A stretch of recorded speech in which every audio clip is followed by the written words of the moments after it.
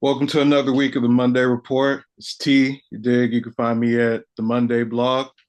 You know what I'm saying? Got Cloud with me, got Kane with me. It's good, fellas. How y'all doing, man? All's well. Yeah. All right. So I'm gonna share what we got for y'all this week. So we're gonna start off by looking at, Cam Newton's recent shift on BET. So that's our headline for this week.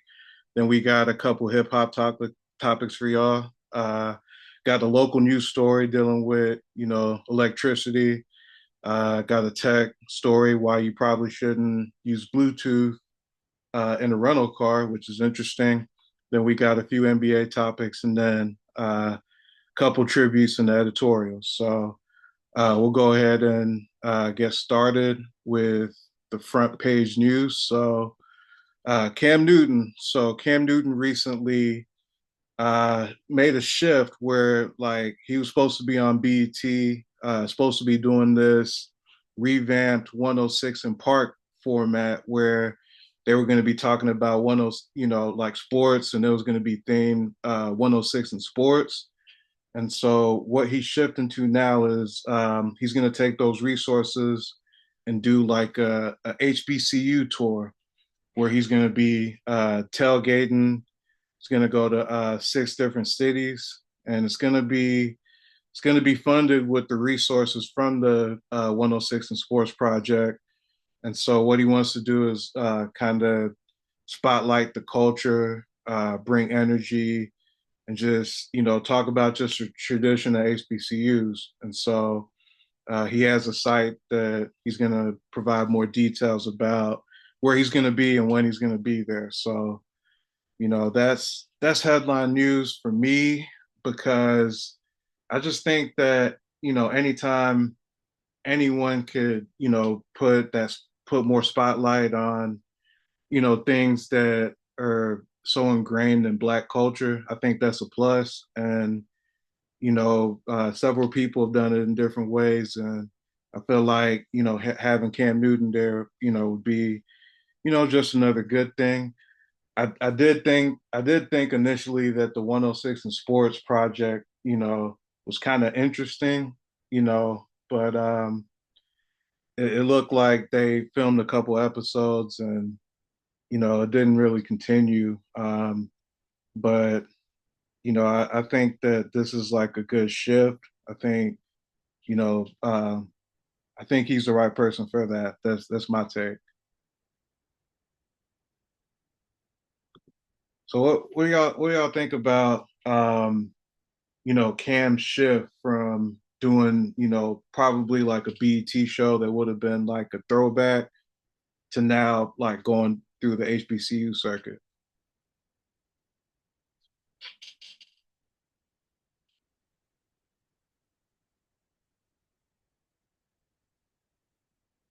Think, Cam? So looks like you kind of, what I'm saying, thinking about it.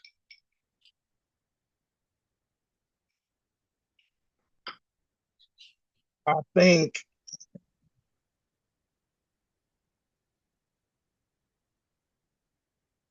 no disrespect or whatever, but I think like TV shows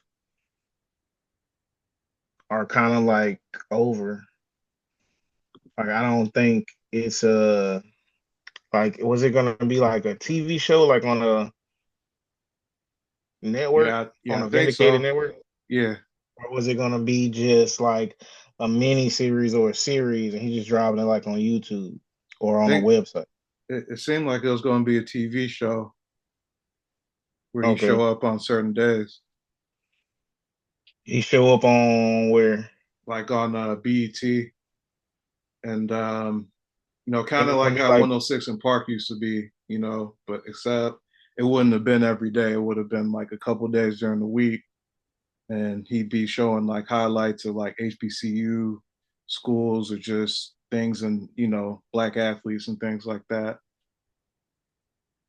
And so now he's going around like on like some game day type stuff. Like, Yeah, just tailgating, it seems like just going out. having a good time, showing what people do like inside the stadium, outside the stadium. You know what I'm saying? That the schools that, throw those like tailgates around football.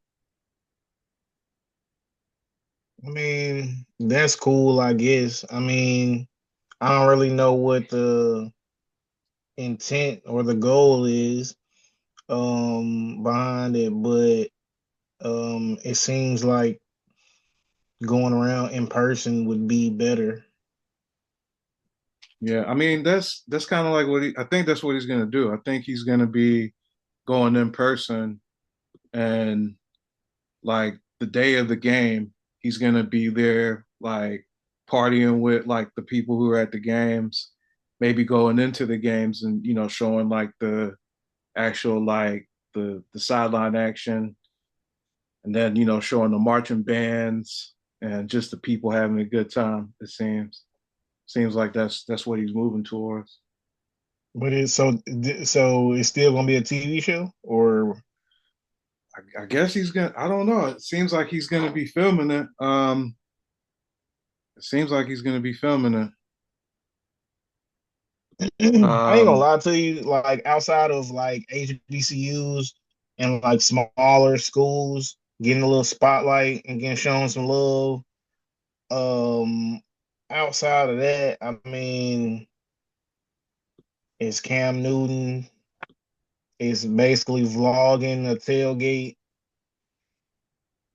I mean, I guess if I was more into football or college football or more of a fan of Cam Newton or, maybe I was more into HBCUs, it might mean more to me. yeah, But, he could be doing anything else, but he getting out and connecting with the people. So that's dope. You know what I'm saying? Like, I'm hoping that it could yeah, be like positive and, prosperous and, just a whole bunch of good stuff. yeah, Um, Cam Newton, he seems like a respectable guy, although at times I don't understand him. Um, Don't you understand so about so I just wish him luck, him? you know. Yeah, I just wish him yeah, luck. yeah. Yeah, I think he always brings good energy, man. But here's like the media release that I saw talking about it. So apparently it's saying that he's removing traditional media barriers to connect with his audience. And so apparently it's going to be live recorded content for his YouTube channel, Fourth and One. And it seems like he's going to be doing most of it on YouTube. Um, and so his words is that he took on the project with BET for one reason, and that's to give back and shine a light on the excellence of the HBCUs, their student athletes, their academic programs, their alumni, and that once of a kind game day experience. So as the network undergoes its own widely reported leadership transitions and strategic restructuring, I've realized that the best way to stay true to that mission is through the platforms I own. So I guess he's talking about his relationships with those TV networks. And so he says, I'm a driver, not a passenger. And uh, iconic Sega, I guess Sega Productions is who's going to be doing it for him, was built to lead, not follow. So we're taking the resources from that project and putting them right back where they belong in the community. So yeah, I mean, I think that's pretty cool. You know what I'm saying? Kudos to him for doing that. Okay, I got two things from what you just said. Well, really one thing, but I got a question. So it seems like it's gonna be a IRL stream. Yeah. which is kind of like vlogging, but it's like live streaming, like literally. Yeah. Um, a lot of streamers and content creators are into it. Yeah. That's basically what Speed does. If you familiar with who Speed is, Yeah. he does mostly IRL streams Yeah. where you going out and you like you just vlogging kind of, you know what I'm saying? As opposed to you're sitting in your streaming area and you're creating content from your home base. Yeah. So Yeah. a regular stream would be um like me maybe like live watching or scorekeeping of the Alabama game, and then an IRL stream with me maybe having like a 30,000 a day streaming backpack, and I'm just streaming myself going to the game, or maybe I'm wearing some meta glasses and I'm Yeah. recording my experience going through the game. So that would be the difference. Two, I just have a question. Um, I don't know the truth. I don't know the facts or whatever, but to my knowledge, it was to my understanding or to my knowledge that BET hasn't been owned for a long time by black people. Hmm. So So if they're not owned by black people, then they're kind of like, I don't know if I want to say grifting or kind of just like because I just don't understand. I mean, I understand buying it and then just keeping it what it is, but it's just like it's kind of not performative, but it's just kind of like not what it might may seem to be. And it yeah. could be what it seems to be, but it just seems kind of just like, I'm just picturing these people in a meeting, a boardroom meeting, and they're like, what can we do for the 2026 year to keep on the network? Because Yeah. we're tired of playing Baby Boy and Fighting Temptations or something Yeah. like that, or Dream Girls or See, Tyler Perry movies on. all Tyler Perry movies. So, You know what I'm saying? yeah. So and they're like, well, let's get. Oh, I'm just imagining somebody coming up with this idea, and who would be the people coming up with the idea, and then, you know, it can just kind of be like, because Cam he already been doing like the little league thing, I think, or Yeah. some type of coaching thing, or maybe that was just the event, but he was involved with it some kind of way. So he does stuff Yeah. for the community. Yeah. So I don't want to completely just be like, it's just some, marketing and all that stuff and just a gig. Because like I said, he does this or he has done it. Yeah. Um, but it's just kind of for me, it's just kind of just like,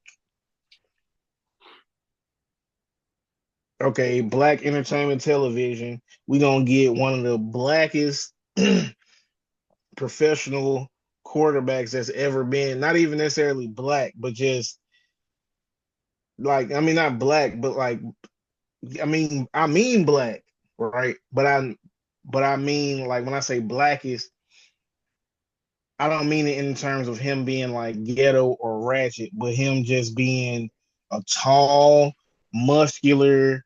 If you look at his hair, you feel me, wild hair man, you know, um, and he's just kind of flamboyant and he's just kind of himself and Yeah. um Say Atlanta, rural Atlanta with it. you know what I'm saying? And then Yeah. it's like, okay,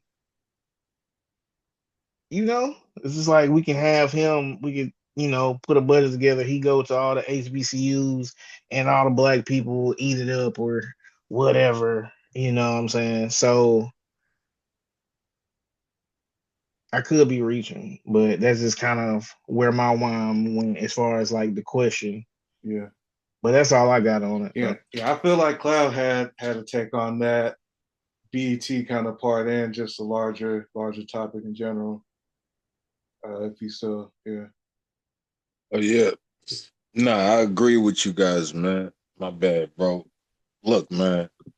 Um, I I totally agree with Kane on his takes with BET.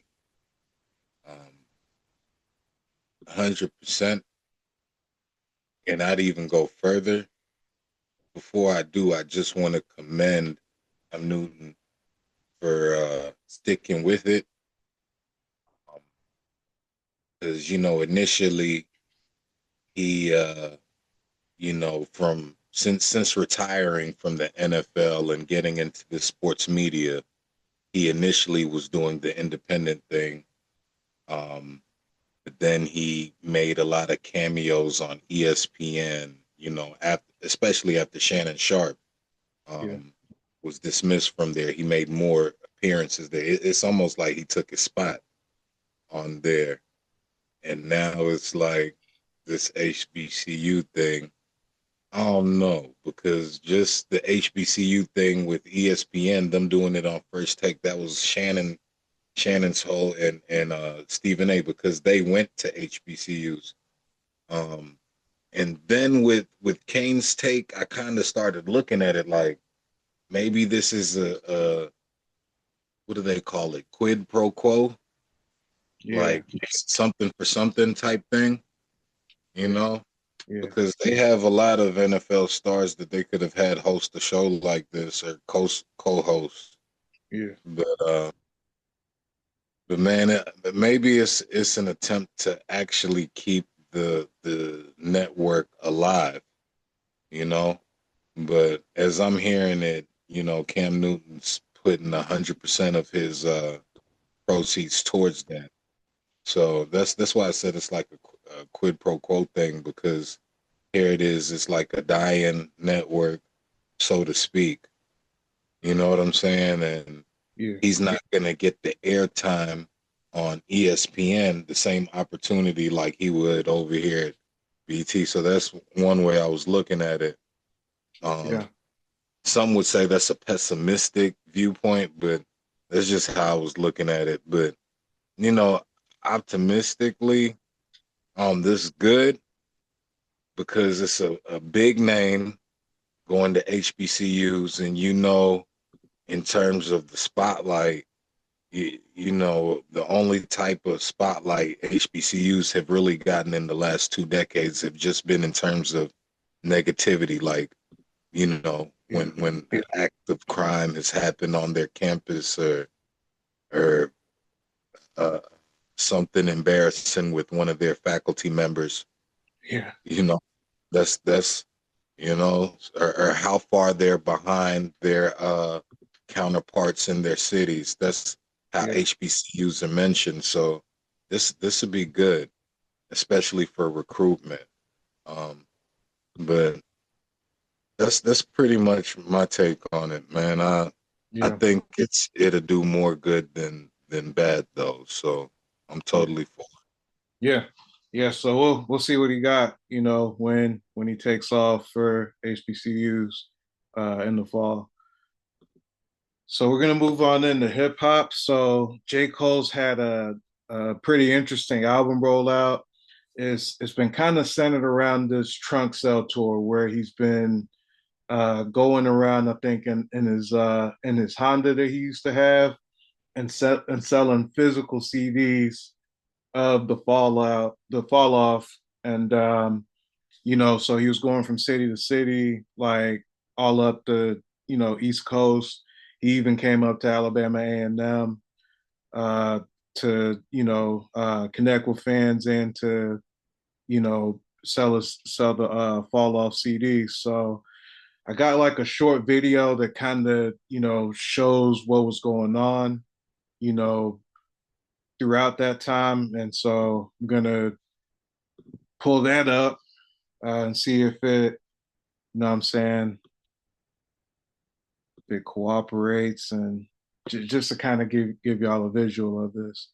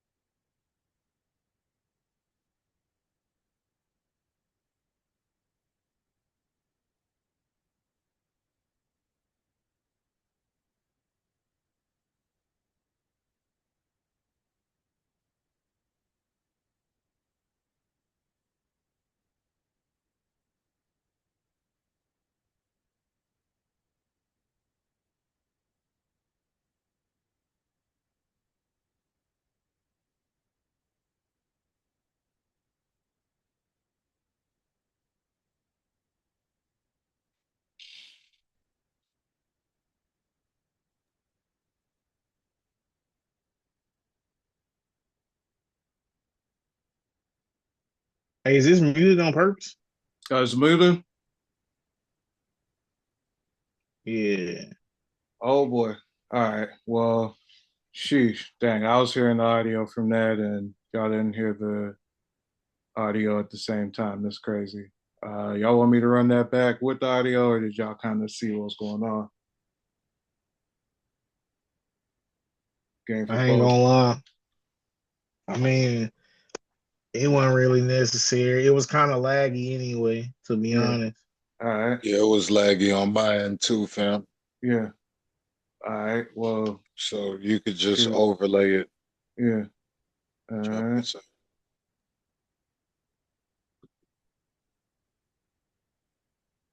So, okay, that's what happened. All right. So let's do Even this again. Not that. But let's do it like this.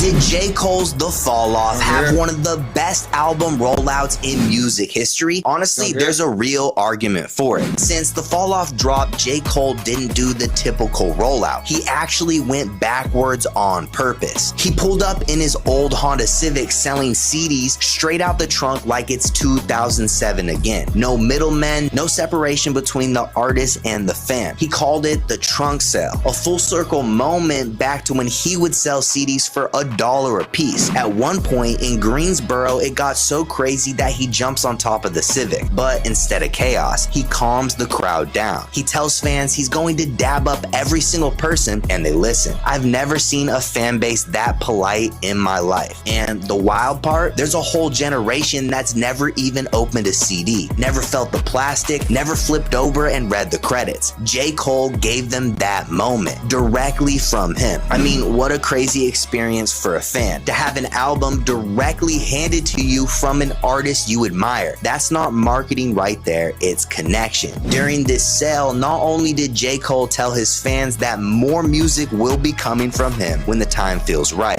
that his project It's a Boy is not scrapped, and that Dreamville Fest is not over as well. But here's what you really need to know. In an era of algorithms, AI, and pay-to-play marketing, J. Cole is reminding us that the most powerful rollout of them all is human connection. So that's why I'll ask you this question. Is this one of the best album rollouts you've ever seen? Drop your thoughts below. I'm Suspense, and if you didn't know, now you know.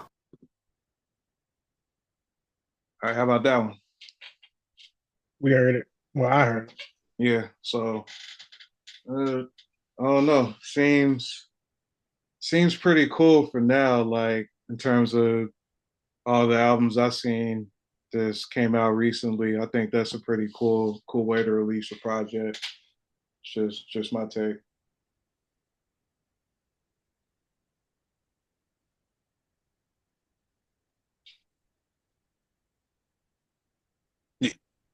You were asking me? No, no, just anybody. Shit.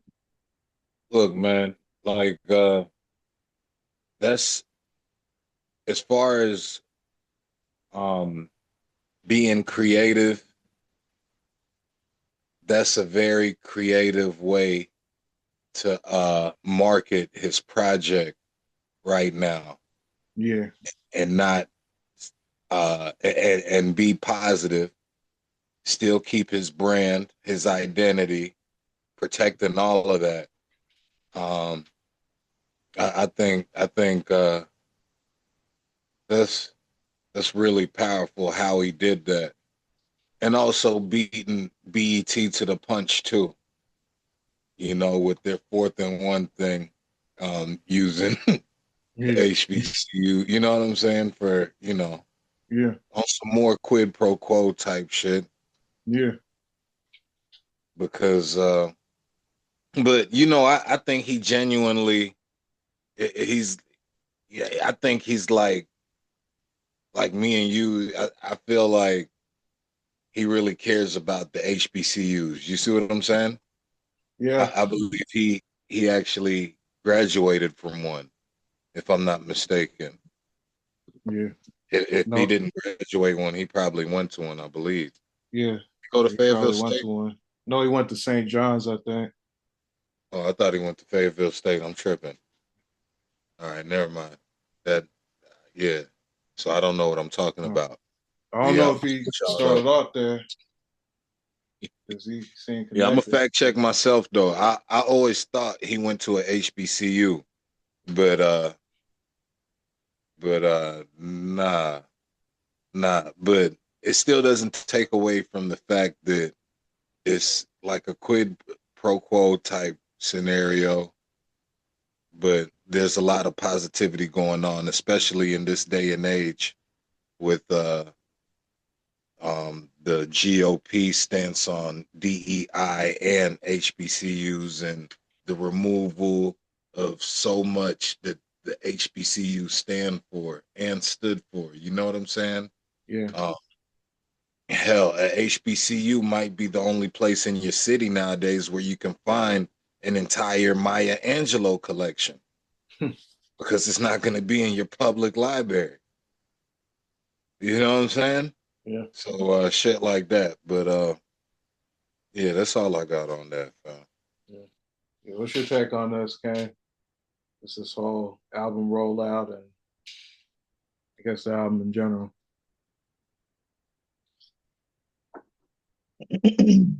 Um, I mean, I'm not like wowed or like astounded or nothing like that, you know. This is something I feel like he would do, you know what I'm saying? So it don't feel like nothing special. It just feels like, you know, something he would have did for his last album or the album before that. Or you know what I'm saying? Like so um so I mean if this is the rollout then I guess, but the rollout in my opinion will be like the mixtape and like, you know, the little commercial for the mixtape or the album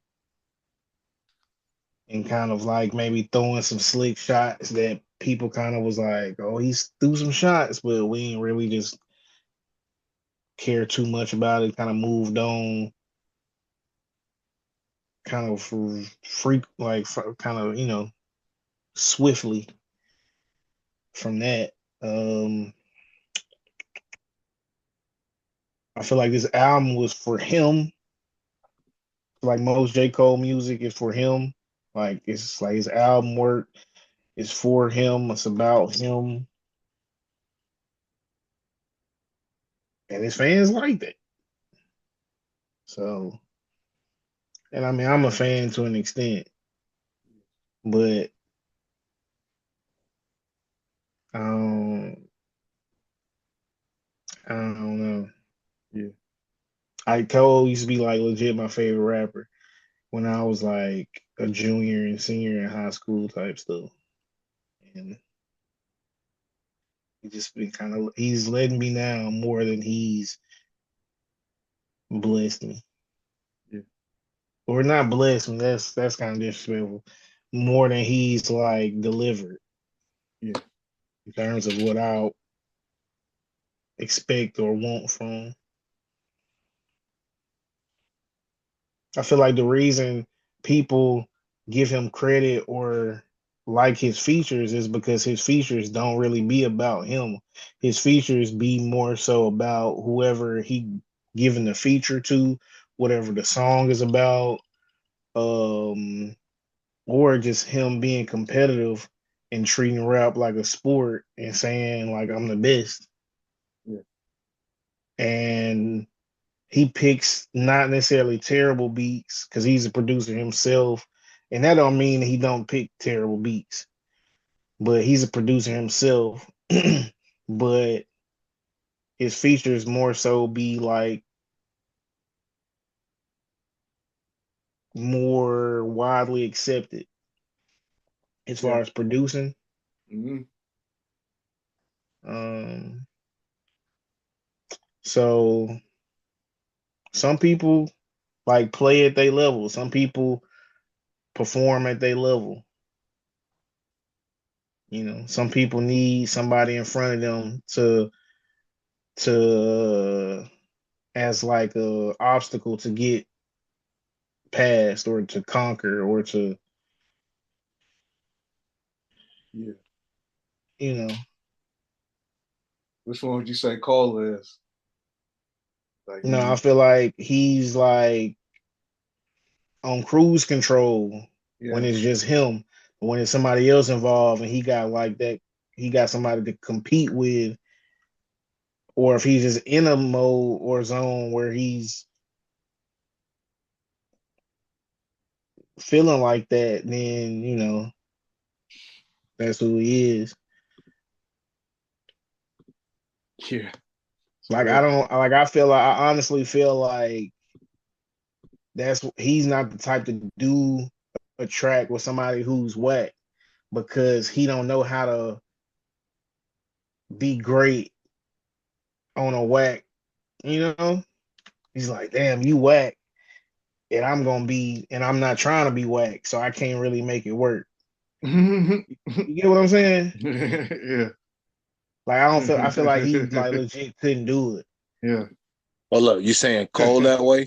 Yeah. Yeah, well, I'm just speculating, but I just feel like Cole couldn't rap on a song with somebody who he feel like is whack or somebody like really whack because like I said, like I feel like he's the type of person to kind of bounce off other people's energy. Yeah. Like I feel like he's like, you know, when we was talking about some people play up to their competition. Yeah. I feel like it will be hard for him to do a song with somebody that's whacker than him or somebody that's whack and him still deliver a fire verse because he'll like the way I'm looking at it, he will be like, you're whack, and He I'm like not the trying Tampa to be Bay whack, Buccaneers. and I'm not trying to be whack. So I'm kind of stuck. I don't know Yeah. how to operate in this. Yeah, I know exactly. He like the Tampa Bay Buccaneers. Yeah. Anybody who lost to the Carolina Panthers this past season, he like anybody like that. The niggas was playing down to their competition and shit, Yeah. playing around and shit. If it's like Drake, he gonna turn up. In a sense, but I know what he talking about though. Yeah. I know what he talking about because if it's not that, why haven't you seen more of it? But you have seen them with underground artists like Boz, like the cat from St. Louis, like Yeah. Earth Gang. You have, No. I but I didn't say. think all of them are on his label too, though. I know what you said though. I know what you said. I was just making another point though, Yeah. because I also understand why you had to clarify because I kind of tied that in. You know what I'm saying? And those are kind of totally two distinct arguments too. Well, I was just gonna say him doing records with his artists or label mates. I feel like he could still pull it off because he might not consider them whack. Yeah, I understand that too. Like he might think they're doper than we think they are. Yeah, and So he he's supposed to too. He's supposed to. He's not supposed to find them whack. They're no, his he artists. well, I wouldn't necessarily say that, but he is supposed to see something in them, some type of potential. Yeah, that's what Or I else mean. why would he sign them? That's exactly what I mean by not find them whack. Yeah. You see what I'm saying? Yeah. You talking about JID and how like if if hip hop was alive, JID would be going platinum. You know what I'm saying? Hey, Stuff That like was so lame to me. that. who did he didn't go platinum? Yeah. No, that J. Cole said that. Yeah. Yeah. Oh, also, look, and the kid, if you see this or hear this, I'm just speaking my opinion, man. Don't shoot the messenger. Don't. Don't hit me with the line. Is J. Cole top 5?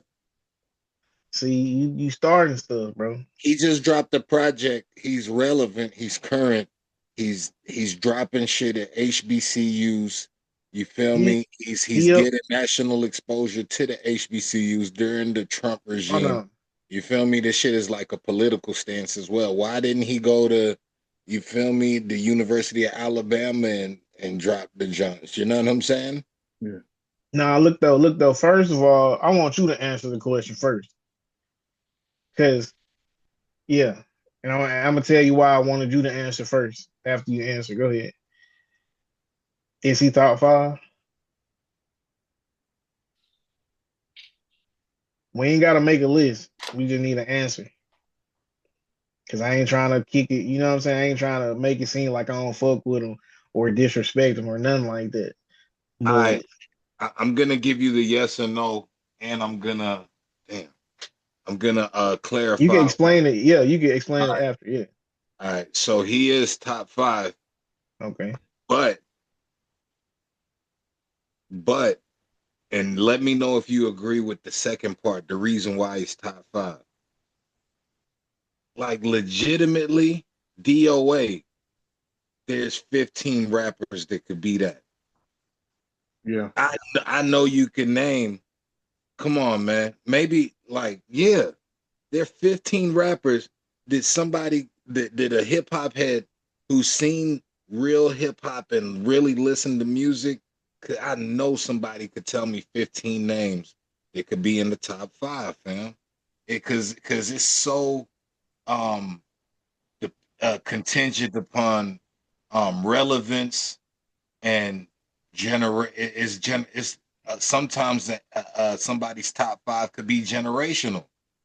You know, it could be emotional based. It could be, you know what I'm saying?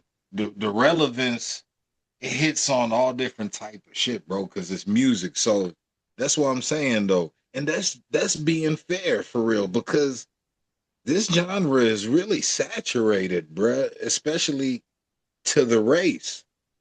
Yeah. You see what I'm saying? Now if I said, now if I asked how many, if it's just limited to white rappers, then you already know, like, shit. But you know, it's so Yeah. saturated, bruh. Yeah. So now you answer it though. Is he top 5? He's not in my top five. But the reason I asked you was because he can't be in your top five. You got to give him all this other stuff that don't make it that don't add or subtract to whether or not he top five. Like him going to HBCUs and pulling up and handing out CDs don't make him top five or make him not top five. So for you to say that, like, is he top five? I mean, he's going to HBCUs, he's passing out his CDs. That don't mean nothing. Not that don't that don't contribute to him being top five. I That's why think I it was gonna does say though. I'd that. argue it No, does. hey, no, it don't. All I'm saying is that's why I wanted you to answer first because he can't be in your top five if you got to put all this extra stuff in to kind of boost him up a little bit. Listen, man. Um, I was a political answer, but personally, if somebody Political, what we not doing? not because the relevance, you see what I'm saying? Like I know, uh, but if you're asking me from a personal thing, like all right, so the first answer I gave was like, all right, if I had to write an article for the News and Observer for a metro area, which artists do I think are worthy for everybody's top 5? But if we're talking about my top 5, no, man, because you know, aesthetically and everything, they're artists that I listen to, and their discography is like way more curtailed to my liking than his. You see what I'm saying? Um, straight up. Yeah. Um, and and yeah, like I admire his artistry and his work and his respect for the craft and all of that. Um, but there are older rappers that I put ahead of him. You know, like I still don't put him ahead of Mace. I Oh wait, put Really? I thought we was talking about top five right now. oh yeah, definitely. Wow. But that definitely like that's what I'm saying though. Like Yeah. when we're saying like relevance, like right now, yes, because of the because like if we're just saying right now, yes, relevance and the content. You see what I'm saying? Like uh it's too saturated with the drill and the drug use rap and all of that, you know, and for conscious rap, you know, he's definitely one of the leaders of the new school, you feel me? Like it'd be hard to say he's not pushing the line and has been. Um so and then with what fam said in the last episode, I did take another listen. He is doing some Method Man like shit where he's coming with different flows every track. You know what I'm saying? And you know, even if he's imitating somebody else's flow on this track, whatever, like that's you know, it's still being creative and the lyricism is still at the least 4 bar on every track. So Yeah. that's where I'm coming with that though, man. But you know, and then like you said, bro, like his production selection, man, he it's solid. So I mean, what more can he say, fam? Mhm.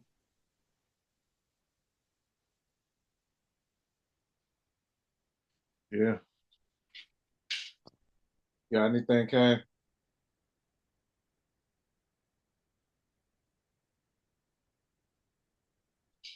All right. So I guess we're Oh, done my fault. No, talking. I don't. I'm good on. Done talking J. Cole's album. So, salute to him for his tour and know what I'm saying, see what he does next. So, all right. So there's been a lot of recent critiques of Lil Wayne, a lot of um, just thoughts on what he means to the culture and what he means to rap. And so I have this like segment where, he was compared to Tracy McGrady. And so there's a video clip where, someone is discussing this and gonna pull that up.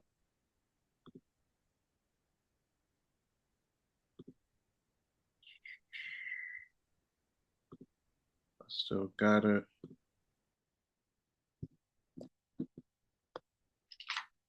One sec. Got y'all.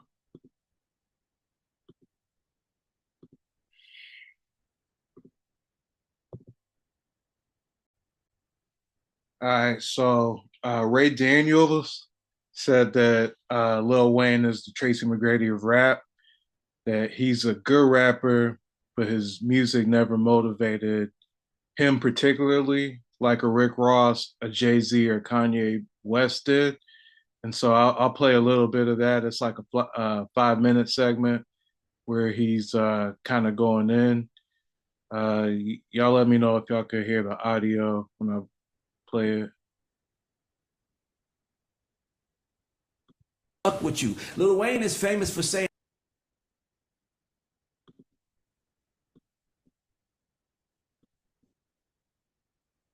Wayne is a great rapper. He's great with words.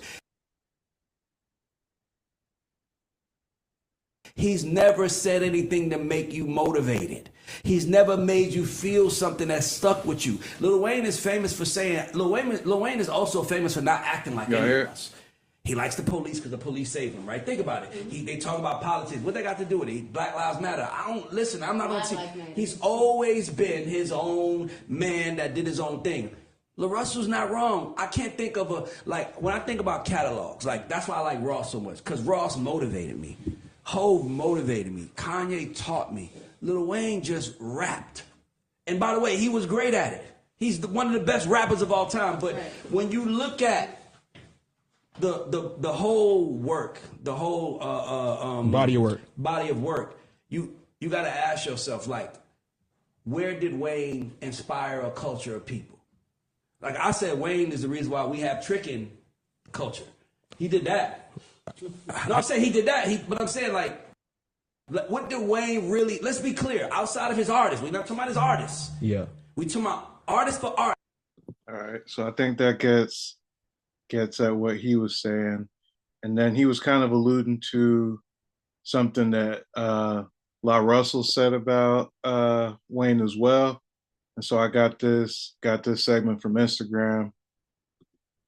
On catalog, it's minute on this end. It's like Georgia Bush, and that do bother me. Tie My Hands. That's what I was gonna say. Tie My Hands is the only one I can think of. And that's the thing. It's like if I hug you once, but I slap the shit out you 1,000 times, your affinity for me is going. You're probably gonna remember me for this. And a lot of people don't. As I mature, a lot of my old favorite artists, I'm now like, damn.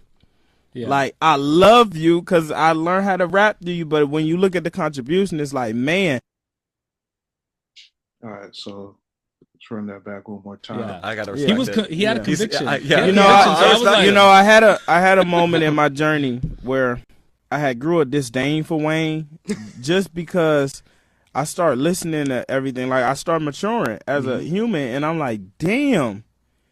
This nigga wasn't talking about nothing for a long time. And I think that's what his argument was. As someone who grew up in these communities and grew up with homies who I seen want to be Bloods because they following Wayne and want to be gangster and want to shoot all the gun bar and shit. Right. Like, I've seen the negative that he contributed to the community, and I had to look like, man, what are the songs where he really talked about something and gave? And out of 1,000-song catalog, it's minute on this end. It's like Georgia Bush, and that do bother me. Tie My Hands. That's what I was going to say. Tie My Hands is the only one I can think of. And that's the thing. It's like if I hug you once, but I slap the shit out you 1,000 times, your affinity for me is going. You're probably gonna remember me for this. And a lot of people don't. All right, so that's what's being said. So. I think that it's kind of interesting that he got compared to Tracy McGrady. I personally don't see him as that. Like, I know we already had our comparisons where we were comparing each rapper, and I think we said that Wayne, is a little bit more like a Kobe if we were to make that comparison. And I feel like that's a little bit more accurate. But even if you were saying he was a Tracy McGrady of it, that I feel like that's a compliment too, because there was a time when you could say that T-Mac looked like maybe the best offensive player the NBA probably had ever seen, for a couple seasons. So I feel like that was Wayne, what I'm saying? And, the era between the Carter 2 and the Carter 3, I feel like that was Wayne for sure. As far as what La Russell said, I feel like Wayne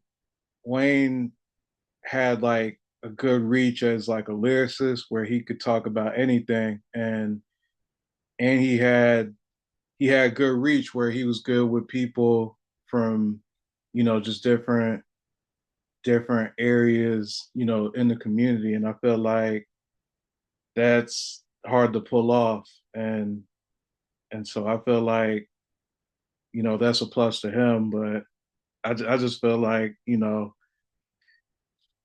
lot of people just want Wayne to be what he was 10 years ago or 15 years ago. And his music's kind of evolved, and he still puts out a lot of heat, you know what I'm saying? But there's a lot of it where it's like, you kind of want that sound from, from a few years ago. So that's my take on it. What you think, Clive? Yo, I am like disrespected, bro. The way the nigga's a rock star, bro. He's not a science teacher. That's like the very first thing. He's a fucking rock star, nigga. You feel me?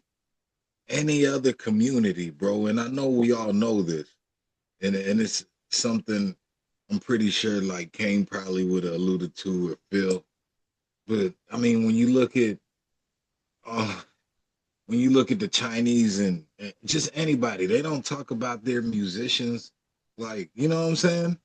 Like to a standard like they were talking about, and like that La Russell dude, you would think the way he was talking, the artist that he had managed or whatnot had different discographies. The people that were in his camp, bro, like the highest like artist is Future.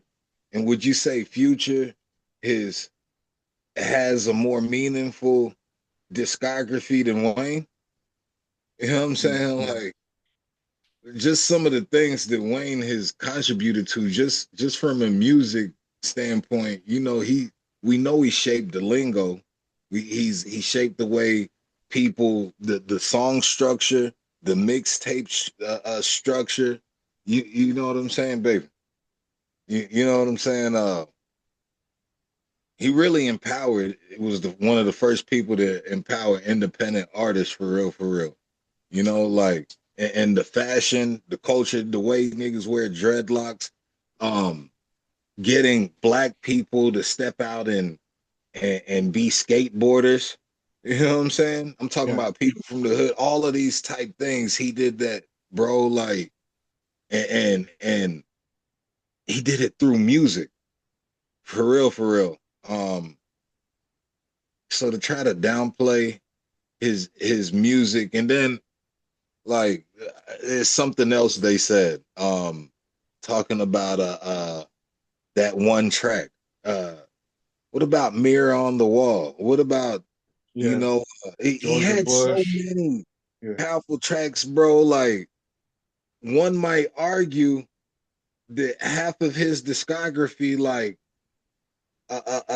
post, dedication to, bro, especially like album material, bro. He had a lot of relevance in there, bro. A lot of stuff with substance, bro. It might not have been as heavy as a Drake, but you know what I'm saying? So it's like I'm not looking at specific tracks right now, but I'm pretty sure I could back that up factually, bro. Let me not go too long and let Kane get in there. You know what I'm saying? But I'll jump back in, bro. Pod.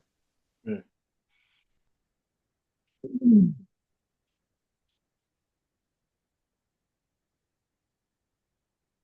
I ain't gonna lie, man. I think 2 or 3 pods ago, I kind of mentioned La Russell. I think it was because he signed a deal, or maybe it was even before that. But I spoke highly of dude, said I was a fan, said I feel like he's giving me like hip hop vibes in like the rap era. Um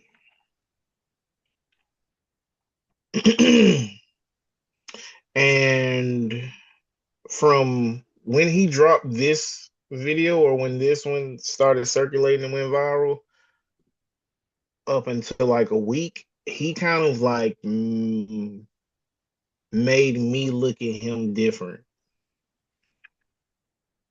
Like I thought he was cool, and now I kind of look at him like I kind of feel like he kind of lame. Because I get it, like you know what I'm saying, you kind of trying to be positive, and not do the whole like street or violent gang bang type thing, and you from the West Coast where that's what everybody does, and you doing you doing what you doing, kind of just a friendly vibe, welcoming everybody, anybody, dance to type of music when like probably a good majority of the rest of the people in your on your side of the country does like the opposite.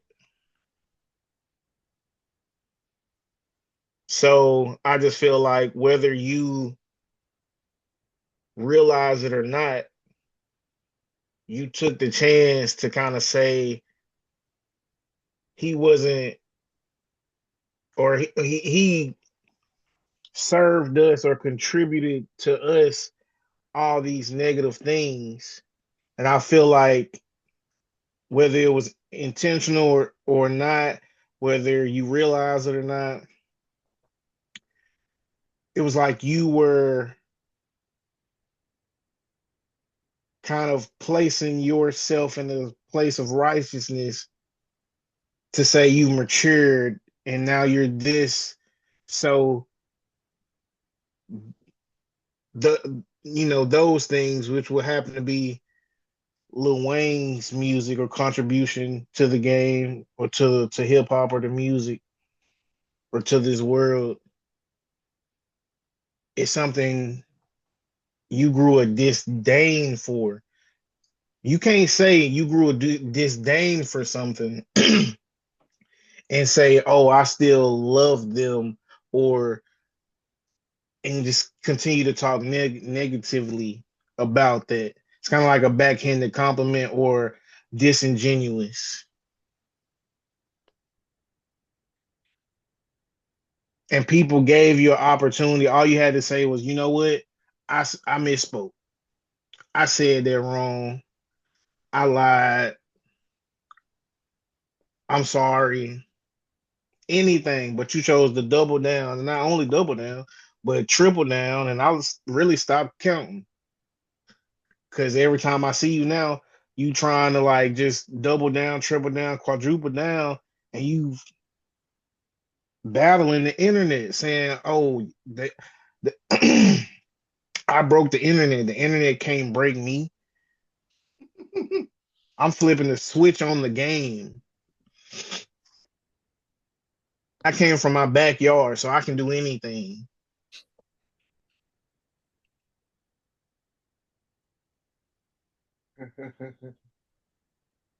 Like I don't know. I don't know what's really going on. And then for you to say there's a hate campaign going on against me, there's no way this many people are saying the same thing about me all at the same time. Yes, there is. All this is organic. Nobody paid us to tell you that you're ignorant. I don't know how old LaRussell is,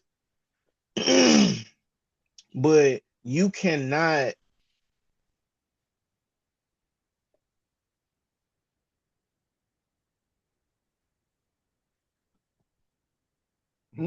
technically some of the stuff he said was not wrong or a lie.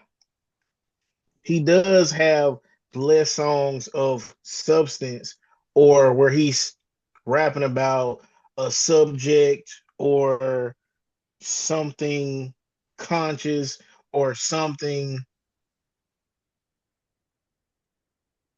deeper than rap. But that's just not who he is. And the fact that those few that he gave you were like all time out of his discography or his collection of music, some of his fans' favorite songs from him, some songs they'll never forget, some songs that touch them in a way that is unique to everybody.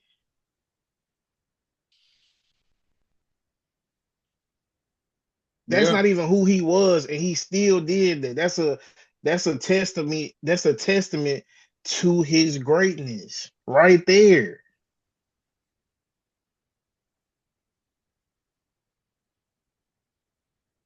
Definitely. You can't sit here and say you can't sit here and say this person is bad or I don't like this person now, or at some point I felt that way because they aren't doing what I want them to do or I would like them to do or what feels good to me.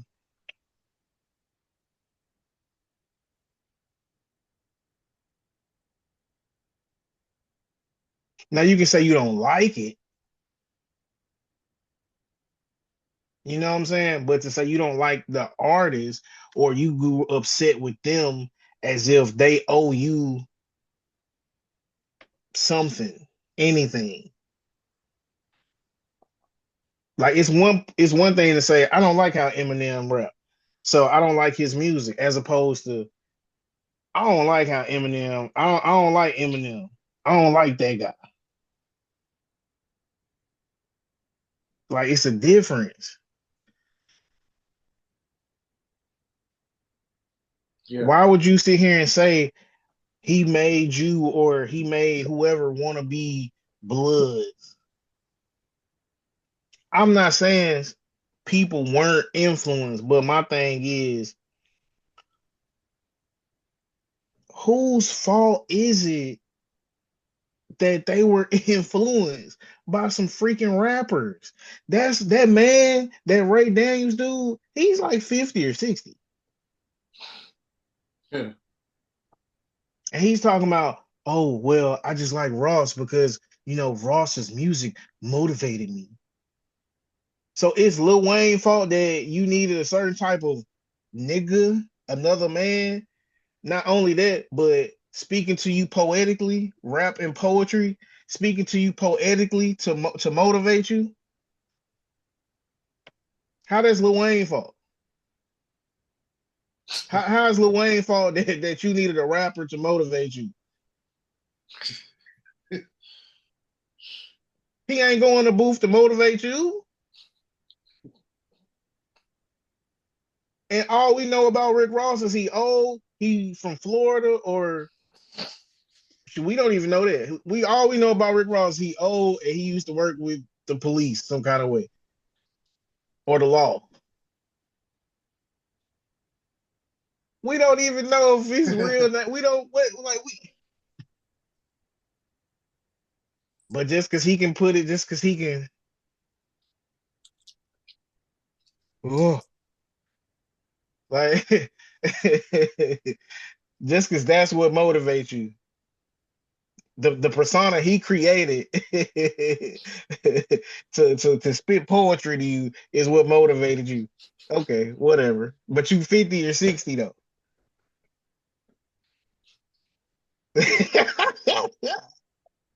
But like you know what I'm saying? It's like, and I saw somebody say y'all talking about Wayne and stuff like that, but don't nobody say nothing about how Too Short made everybody in the Bay want to be pimps, want to be P's. And it's a little different with Too Short, because Too Short say something like, if you ain't a P, you nothing. Like you a lame. Like you you know what I'm saying? Yeah. Like Wayne ain't never told you nothing like that. But I ain't gonna say he never did it, because Wayne probably said some of anything. But I don't know, man. I ain't mean to push Too Short under the bus. Shout out to Too Short, man. Shout out to Too Short, man. Yeah. But Hey, but man, I'm very disappointed in La Russell.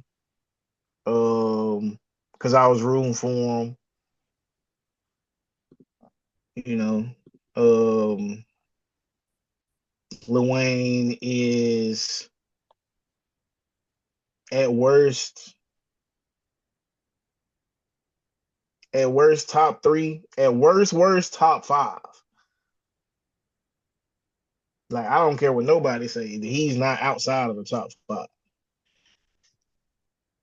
So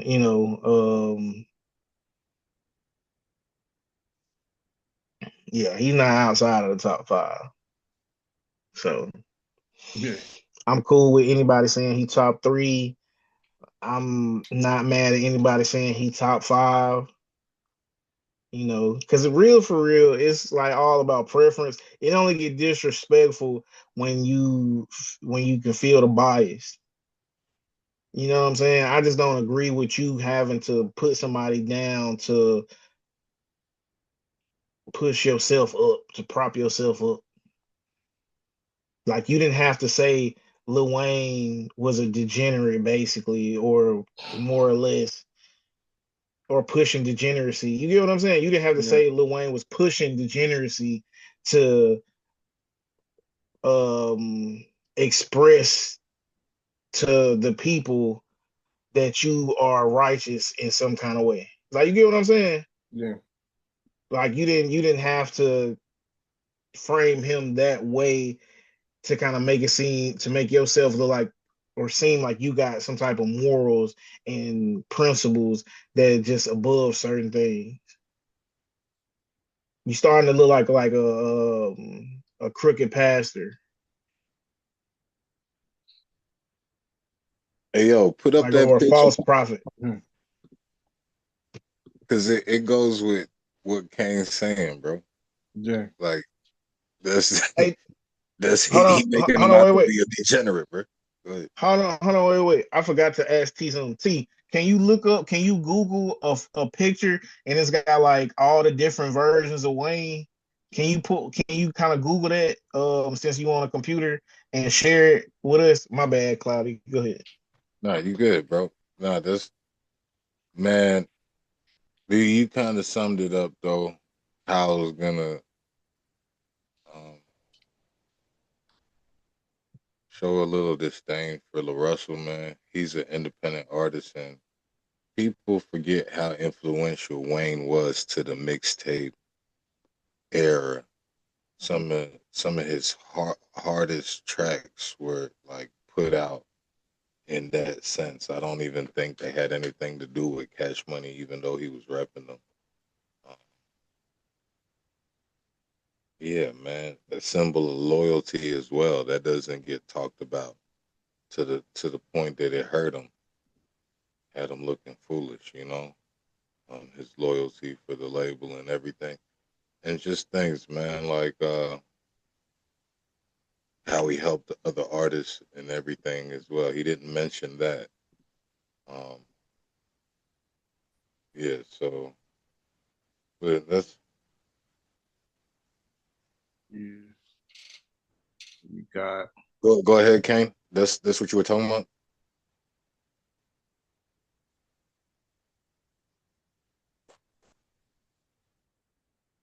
had it. Honestly, all I see is an X. Yeah. Had to get the bigger version.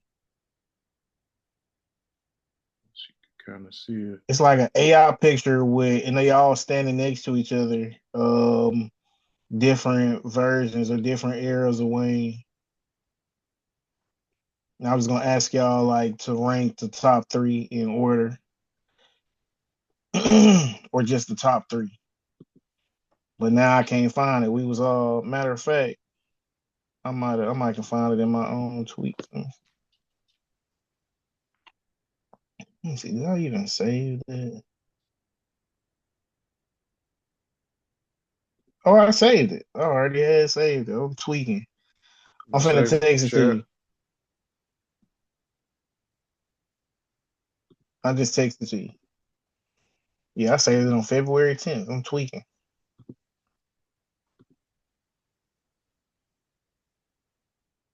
Y'all get it? No. I sent it to your cell phone. Let me see.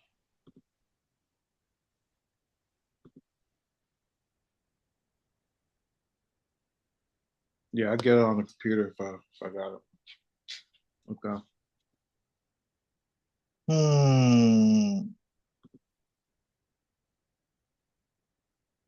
Yeah, man. Like I just sent it in the chat on here. it Can you has see to it? download or something. It's crazy. Can't see it.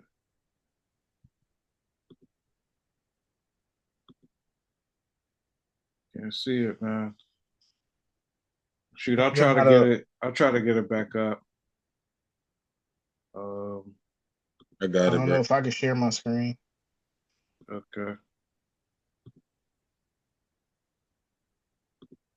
Got it.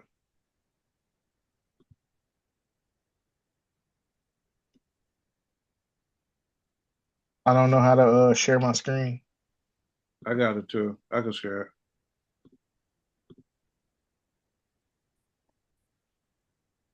That's it. Yes, sir. Not no more. Yeah. All right, Cloudy.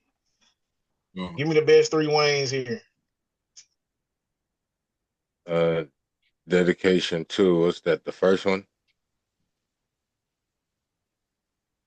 What you talking about? That's the first Wayne. That's like dedication 2 Wayne.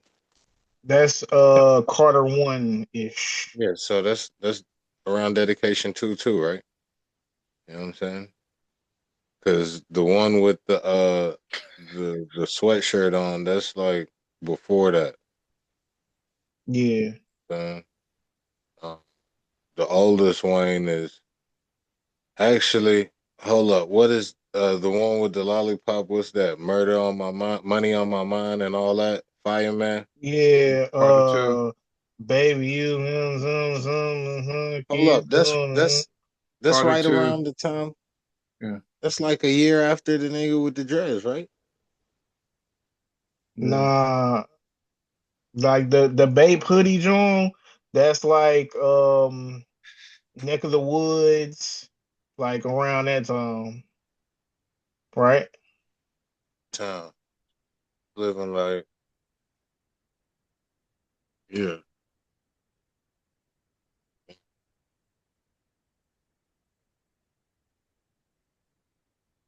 Yeah, damn. The second, third, and the fourth one, I'm not really. You know what I'm saying? That must be the oldest Wayne on the far right. Cause that Yeah, that's nigga, the most recent Wayne. that's how y'all niggas was hooping when I got out of jail. Like I had pulled up to, hey, let me tell you some shit. We pulled up to the church, fam. I came late, so I was mad. And all y'all niggas was on the same team. Y'all had the shorts with like the long sleeve thermal pants, like James Harden and shit. All y'all niggas, everybody had on like and y'all had Tiki on y'all team. And let me tell you, y'all was beating everybody like 12-1 and shit. I was mad as hell, bro. I swear to God. That was like the main reason why. That's how, but that Wayne right there, nah, that's not in the top 3 at all. It's like first one with the lollipop, pause. Yeah. And I don't know, man, because the one with the bandana, man, that was like around the squad up joints. But nah, I can't downplay what he did with like President Carter and all that shit either, bro. And I forgot what he called the mixtape before he dropped like the Carter 4 and 5. Got that shit. But he had some heat with that shit. Definitely one Sorry and for the 5. wait. What you say it was? Sorry for the wait. Yeah, sorry for the wait. Sorry for the wait. I don't know which one of the Waynes were responsible for those, but those were some of my favorite projects too. But who do you say though? I got the first one from the left with the half shirt. Yeah, the One. first one. I got the Bape hoodie. Yeah, that's what I said with the lollipop. Those the I number got that one. one, and then I got white T-shirt Wayne with the in the middle right here with the longer dread. So we're totally identical with the first two, 1 and 5, and then you say 1, 5, and 4. 1, 5, and the white T joint. I like 1, the 5, and white T 4. joint. Hold up. What projects was Wayne 4 responsible for? The one with the white That's tee. the sorry for the wait. That's Okay. the um That's the rebirth and all that. I don't know about rebirth. There's that. It was like, he was like, I'm on that good cushion alcohol type shit, like them Yeah. records. Yeah. So that's the shit with Drake too. It's like when he got out of prison. Sorry for the wait. Yeah, all that good stuff. Okay. What you say, T? I don't know. I'll probably go 4 being number 1, and then 5. I didn't rank them in order. Okay. By the way, I did. Go 4, 5, and then 6. Yeah, 4, 5, and 6 for me. with the bandana, Yeah. I feel that. I feel like yellow shorts, yellow dreads. Wayne is number 4. That's like College Grove Wayne and all that, right? College Grove Wayne and all that. Yeah. Nah, I think that's this colorful outfit number 2 right here. Number 2 is College Grove. That's when he was started beef. That's when he got the tour bus shot up, right? Nah, I think that's still white tee right here. Okay. Nah, I don't know. Which one's You number might be 3? right.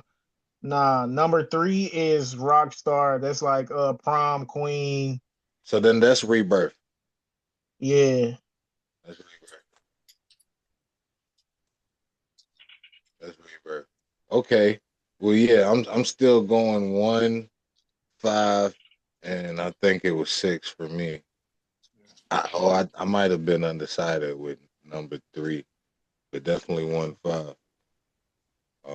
Because I know how influential that era was to me. Those projects around those times, Squad Up and everything. I think I have it right. Like the first Wayne was around the end of Squad Up and all that shit, right? Because that's when he first dreaded his hair up. Yeah. Right? But number 1. Number 6 is right before. Number 6 is Cash Money Wayne. Yeah, it's right before he started Squad Up, right? Number 1 is Squad Up and all that shit. Carter and all that. Number 1 is like after them niggas broke up and shit. Dedication, Squad Up and all that. Yeah. Did you listen to Squad Up? Yeah. Of course, I heard all Bro, that. did you listen to Squad Up? How come you just be staring with the blank face when I say Squad Up? I don't really remember Both of it. you. I ain't even gonna lie to y'all. See how you look It's like? just no. I mean, it's just not high on my like. I feel that. I'm not saying it's all that, but I'm saying, yeah, I did say it was like some of the projects. I did say that, so chill out. But look, all I'm saying is number one was responsible for that shit. Yeah. And you straight facing. That's what No, I'm saying. I fuck with number one. Number one, like number one, number three for me. Number one, number two for me. Number one, number two for me. The YT is number three for me. Yeah. Hold up. Come again? Pause. You said number 4 is number 1? No, I said that's number three for me. Nah, no cap though. Nah, I take that back. I take that back. Number one is number three for me. Yeah. Prom Queen Wayne? Nah, number one is number three for me. Oh, number 1 is number 3. I'm tripping. So I go like Babe Hoodie, White Tee, then half shirt. Yeah. But I feel like gold dreads, gold shorts, Wayne is number 4 though.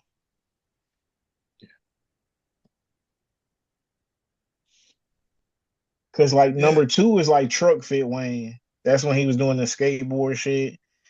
And that's when he started getting like kind of wacky with his punchlines. Like the punchlines didn't change. It's kind of just his delivery with them was different.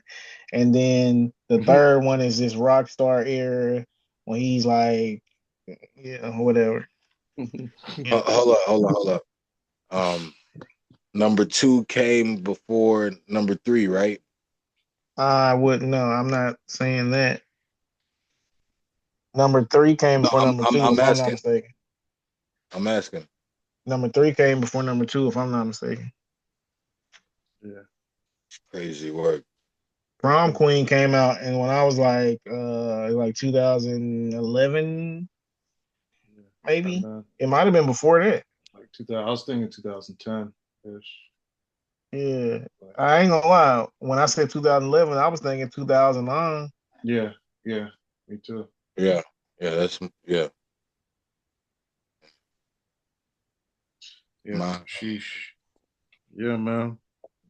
Gotta respect Wayne, man. So move on into Alabama Power. So Alabama Power has recently been under a lot of scrutiny. So they had recently debated passing the law that would have ended the election of the Public Service Commission, and that's the public authority that's responsible for regulating Alabama Power. And so after they started debating that publicly, they ended up reversing that bill that would have ended the public election. So there was a lot of conversation that the elections are good because at least, if you get people on there who agree that Alabama Power should be regulated, then, maybe it'll lead to more changes that'll lead to lower costs. So there's been a lot of discussion on Facebook where they've been just talking about what's been going on with the commission. They've been talking about there's been a lack of oversight where you don't really know what the money's being used for. The rate formulas have been the rate formulas that they use to come up with like pricing has been more favorable to Alabama Power than it is to citizens, and so that's led to like the third highest energy bills and just a lot of political corruption. So a lot of interaction between this commission and a lot of the recent governors in Alabama. And Alabama Power's made a lot of money. They've netted $113 billion just this last year. So, a whole bunch of stuff going on with that. I want to also shared a Facebook post that kind of talks about this, and just so y'all kind of see what's going on. So for this one, they're talking about that lack of accountability and oversight. So they haven't had their books open since 1982 on that PSC. So we don't really know how Alabama Power, like the funding structure for it, really. They adjusted that rate formula back like 10 years ago, and that's what's led to like the higher cost. Um, just talking about this like political stuff that's going on, millions of dollars to um, political action committees and candidates. Um, Reportedly, even the current Attorney General, Steve Marshall, has been linked to it. Just a whole bunch of reports going on about the commission. And then there's also, just people talking about their bills. So let me share this new one. So apparently somebody had like a $600 power bill, and so they went on Facebook to talk about that, and you know just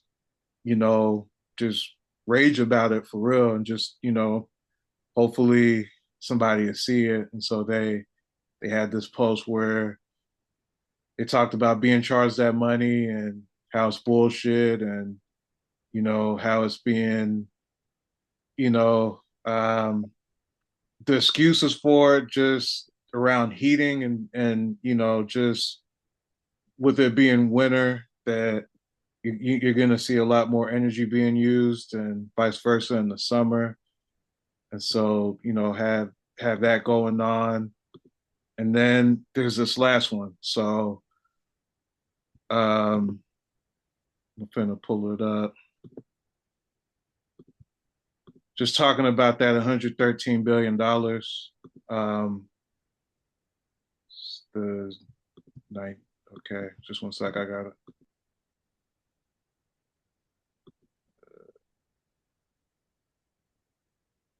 Okay, wrong one.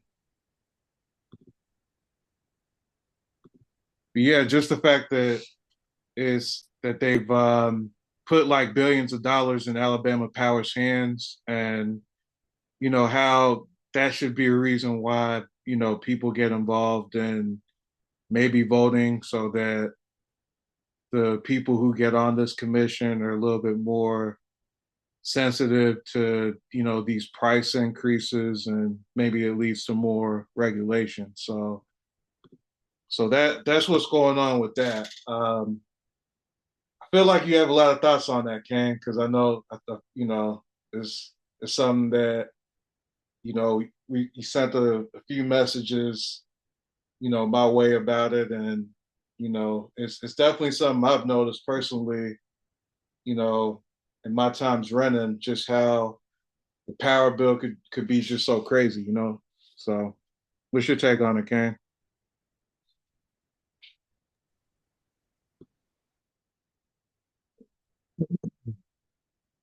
Not gonna lie,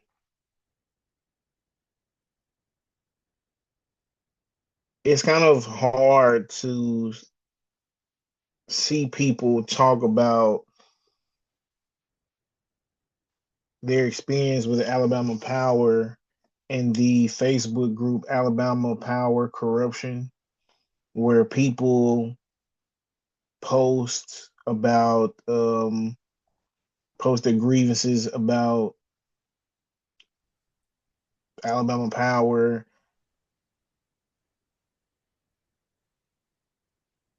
Sometimes these people are older and they're on like a fixed income, whether it's like SSI or retirement or whatever. I saw one post where this lady was saying that her family had to pay her mother's power bill because her budget won't cover it. So every month her household pays for her mother's power bill because her mother's is just she can't afford it. There's other situations like this one where this one post said that they were having some rehab done to their home or maybe just some repairs. I'm not sure if it was a whole like makeover or what, but she said that she had one of her breakers cut off. Yeah. And if I'm not mistaken, it was for like an extended or at least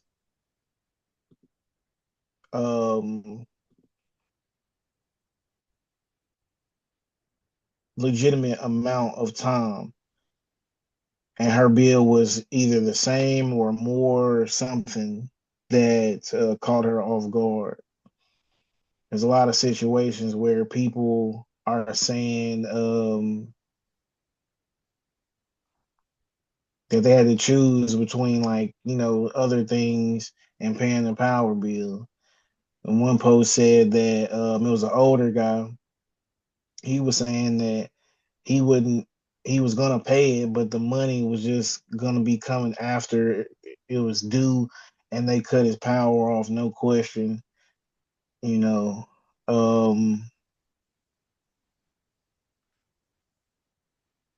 it's really disheartening. I don't know if I'm using this word right, but it's disheartening to think about how people who are blessed to have whatever they have and still feel the need to kind of hoard and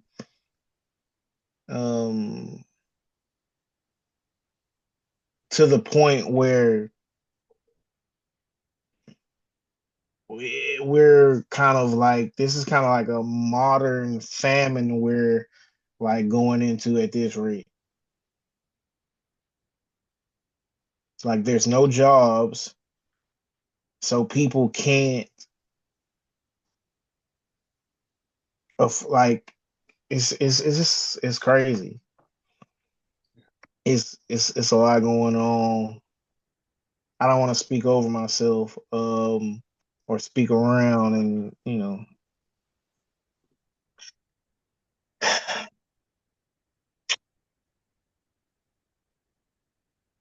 Sorry, yeah, like, but I'm gonna say this just to kind of end it. Something needs to be done. $113 billion. Like y'all could have took like 13 of that 113 billion and y'all could have distributed that amongst whoever and y'all all would have been eating good and y'all still would have had enough to make Alabama like the richest state in the union, in America, in the country. Or maybe not even make us richest, just do something like, I don't like, would it hurt the economy if more people had money and stuff? Yeah. Because for real, like if you really get down to the meat and potatoes of it, the government do what they want to do, and then they make us pay for whatever they doing and to kind of like grease their pockets. Like if you really think about it, we as the people of this country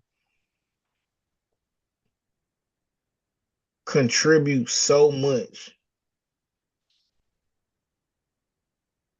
They give away all this money and then make us come up with it on the back end. But the thing is, we ain't got shit because they already in a position to where they getting most of the resources. So they already get most of the resources. Then they go and do something that somebody got to pay for, and then they make us pay for it as if we haven't already given most of what we got. How you take nothing from nothing? Like, how you take something from nothing? I mean, it's just real wild. Yeah. It's just real wild. Yeah. What's your take, Cloud? Well, you put that. Well, I'll look. Yeah, I got you. Looking at it now. It's a lot of things that come to mind when I first saw this. I thought about how, for one, it's just a same tune, might be a different story, but same tune. If, like, for example, if marijuana were already legalized, it kind of be corrupt, so to speak, like how they have had this set up, and some of the same players would have probably benefited from it. And when I look at where we rank in the nation in terms of the annual power bill, but man, our power usage is nowhere near like the average use of somebody in Texas or Florida, or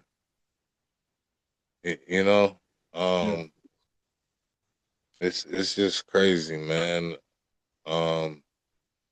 But there should be some type of public oversight, and the fact that they would do things like that behind closed doors during these very times just speaks to why what's happening on the nationals. You can kind of see the symmetry, what's happening on a federal level and what's happening on a local level with the imbalance. There's supposed to be checks and balances for a reason. Some of the very people that helped build this country, kind of piggybacking off of what Kane was speaking to when he opened up, it's hard to see them go through what they're going through when, they're the reason why America was great. You feel me? Yeah. So, but yeah, that's where I'm at on that. There you go. So we'll see, what comes out of that politically, and what I'm saying, if it leads to anything better for people in Alabama. So there's this story also that's out there that's technology related, where supposedly it's thought that if you're running a car, that you shouldn't link your Bluetooth to your phone to that rental car. So according to Kodak Black's lawyer, you shouldn't do that. And I have like a short segment I want to share that kind of highlights what his thoughts are on that and why he says that.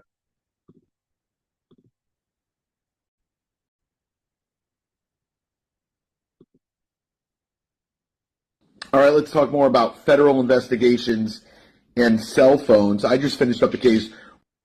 All right, let's talk more about federal investigations and cell phones. I just finished up a case where an individual had rented a car from Alamo or Hertz, And what they did was when they got in the car, they decided to pair their phone to the car. So it was either through USB or Bluetooth, and the phone then downloaded all of their contacts, their geo-tracking. They had their Waze attached to it, so they kind of knew where that phone has been in terms of the addresses that were typed into Maps and Waze, and it auto-populated to the car. This individual was being followed, and when the individual returned the car back to Hertz, the feds then. So it's buffering. Seized the vehicle, downloaded the data that was downloaded from the phone in the vehicle.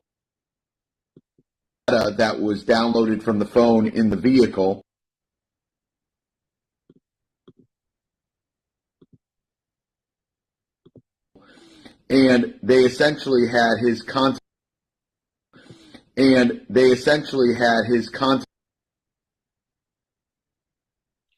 All right, so I'm guessing. List, okay. Geo-tracking, where he has been by Maps and Waze and address. All right, so it seems like it could lead to situations where they could download personal information about you personally, like the details from your phone, your location, any sort of data that could be picked up from your phone. They could sort of tap into that, and that's pretty interesting. And I feel like with cars being more digital now, I just feel like that's something to take into consideration. But you could always also, like, when you rent cars, when you turn the car back in, just kind of make sure that you go in and take your phone off of, like, the paired devices list and things like that, just to kind of at least aid with that. But just with everything being connected now, I just suspect that it's really hard to really hide your data if you're on the internet, if somebody wants to find you. But that's just my take on it. So, what you think? Just anybody.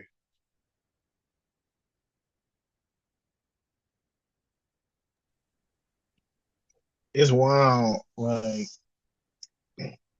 this is wild how so much, like, how technology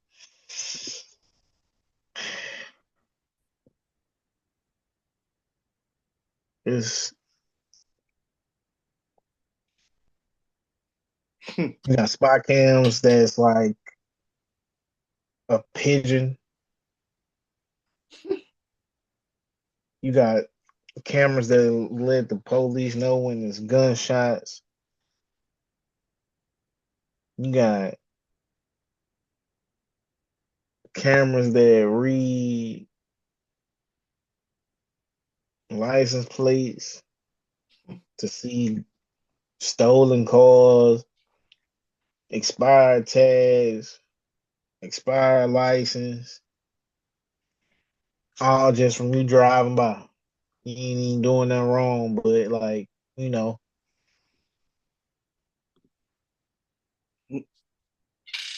all this is wild.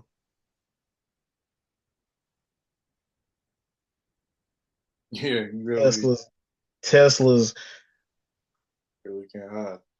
Tesla footage being used as evidence. Ring camera footage being used as evidence. Did y'all see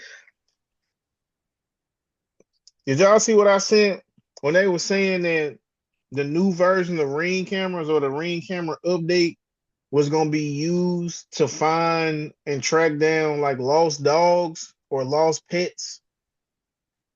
Yeah. In order for it to do that, it's going to have to be watching just to watch.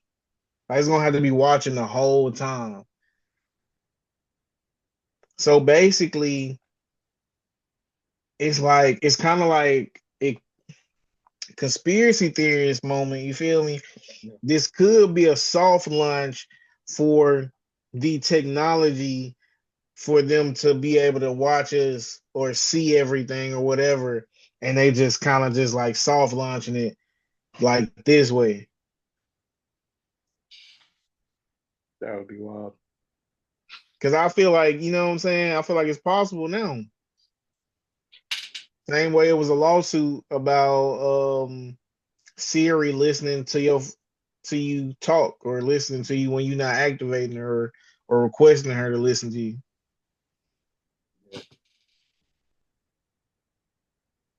Yeah. So all this is just scary. It's an invasion of privacy. I feel like it's just another tool for them to kind of stay, like when I say they, the powers that be, they for them to stay in control, stay like ahead of us, uh keep tabs on us, and just, it's just wild, man. If I had the resources to just go off the grid, I would. I think people should like invest in like solar panels. If you got some land, you learn how to grow your own, just learn how to live off the land. Get you some animals, you know what I'm saying? Start reproducing, start you a farm, learn how to grow some fruits and veggies, learn how to fish, get you as like a survival kit, something that'll teach you how to live in the wild if something happen, how to start a fire, how to tie a knot, how to tie a rope, how to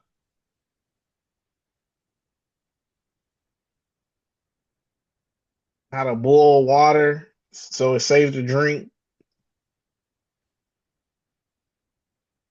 Yeah. How to tell direction when you ain't got a compass or no electricity for your cell phone.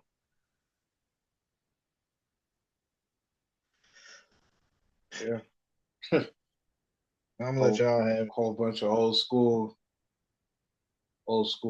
skills. What's your take, Cloud?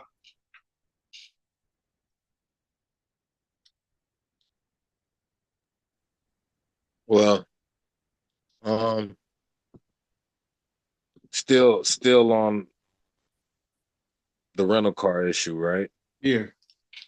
Well, I personally think that, you know, in terms of privacy, it's something that a lot of people overlook. Like, especially in states where there's high white collar crime, a lot of times these things are done from the actual rental car company. You know what I'm saying? It's not even um, an issue of you um, something happening with your information in the car and they looking at you as a suspect. Nah, I'm talking about people stealing your information and, committing crimes with your identity, and just getting that shit from the car. And sometimes, well, now more than ever, identities being sold, you know, and a lot of ways that people fill those databases up with um, context is through those type of methods, man. So I definitely um, appreciate just him bringing, a lot of people's awareness to it. Yeah, for sure. So that's something to be on the lookout for. You know what I'm saying? If you ever rent a car. All right. So that brings us to our last topic for this week, and that's all things NBA. So they had the All-Star game last weekend. Started with the Celebrity All-Star game on Friday. Then moved to Saturday where they had the Shooting Stars competition. They also had the Rising Stars and the sophomores and rookies competing. That was Friday. But Saturday they had Shooting Stars. They had the 3-point shootout and the dunk contest. And so Damian Lillard won the 3-point shootout, and so now he's a 3-time 3-point shootout winner. And I think he's now tied with, I want to say, Larry Bird and Craig Hodges for the most. And so, that was something that went down that Saturday. And then Sunday, Anthony Edwards won the All-Star Game MVP during the new format of the All-Star Game. It was like, each game was like a quarter, and they had like the world team with all the players identifying with, countries other than the US playing for the world team. And then they had 2 US teams, one that was kind of more of the younger players with Anthony Edwards, and then the older team, which had, the veteran players like Kevin Durant, LeBron James, Steph Curry, but he was out. So Ant's team ended up winning. They ended up beating the world team one game, and then the older players the last game, and so that went down. And so there's been a lot of talk that the new format was good for the NBA for that All-Star game. And so they want to now move towards the other parts of All-Star weekend and consider whether or not to have like 1v1s or 2v2s, kind of similar to what you see in women's basketball with the unrivaled one-on-ones. So they kind of want to do that in the All-Star game. And so, I feel like all that's good. I feel like it's at least the All-Star game, was more competitive. You had Wemby, everybody seemed to credit Wemby for guys wanting to play hard because of how he was playing. But I just feel like the younger players did well in that, including like Ant Edwards. Kawhi had a pretty good game. And so I feel like everything they're doing is putting good energy into the game. And so we'll see what comes out of that. Just speaking on the All-Star game and everything All-Star weekend. So what y'all pick up from the All-Star game and just the weekend in general? Y'all feel like that was something that they should keep doing, or was good, or just your thoughts overall? I guess Cloud. Well, I think that the layout that they did was very creative. Again, I think it's something that can be created. They could add to it. I'd like say it was similar to NCAA changing up the bowl thing and going to the college football playoff kind of thing. Yeah. Yeah. I know it was highly viewed. I think they could replace the dunk contest with the 1-on-1 and 2-on-2s. Yeah. But yeah, that's pretty much my take. I think it was all good. I just think if they're gonna do it like that, maybe the selection process in terms of selecting more you know how they did the stars and the stripes was kind of off to me because I think they had De'Aaron Fox and Jalen Brunson, on the same team as LeBron and them. Yeah. And I would think that they would be like, on the team with Anthony Edwards. Yeah. Them. But other than like little things like that, I know it was the first year for that. So they'll have a way of refining that. And a lot of that is also due to the selection of all-stars. But I definitely think they could refine the selection process. Definitely. Yeah. That's my take on that. Appreciate it. What you think, huh?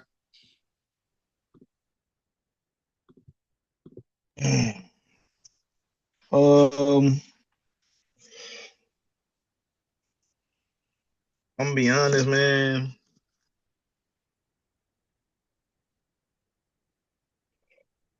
I don't think there's nothing that can be done to make the All-Star game like more exciting to watch for people of a certain age and older. They might be able to get the younger guys into it, the younger generation into it, and that in turn might save it. But I just feel like us older people, we're just we're kind of past it. It's another game. We're past the whole like our favorite player and bragging rights thing, and um nobody like all-star MVP gets added to the GOAT case. So I just feel like for certain ages and older, it is just another day in the office. It's just like cool. Let's, what I'm saying, we see the highlights. And the highlights, man, let me tell you, I don't know if people understand this, man, but when highlights first became a thing, it was a natural, genuine, intentional basketball or sports play that's being shown. It's supposed to be like the best of the best. Now, the best of the best, I get it. If all of it is trash, then I guess. But as far as the All-Star game, is it really highlight worthy? Like, if you see somebody like Donovan Mitchell catch a oop and like nobody was defending it or made any kind of effort to stop it. Not saying they weren't playing defense, but just because it was maybe in transition or it was a really good play or he kind of snuck up out of nowhere. You get what I'm saying? Not saying nobody was. I'm not saying it's a defense thing. I'm just saying that, you know what I'm saying? If the whole game people was really going for a poster dunk and people was really going up to contest it and just living with it, you know what I'm saying? Live or die. You know what I'm saying? Yeah. That might make it more, you know what I'm saying? The effort and the competitors might make it, But I just feel like at the same time with us older people, it's just not gonna make it just what it used to be. Yeah. I feel like for the sake of like everything, I feel like it could be just posted. It just could just be done at the end of the season, right before the playoffs. I will say this though.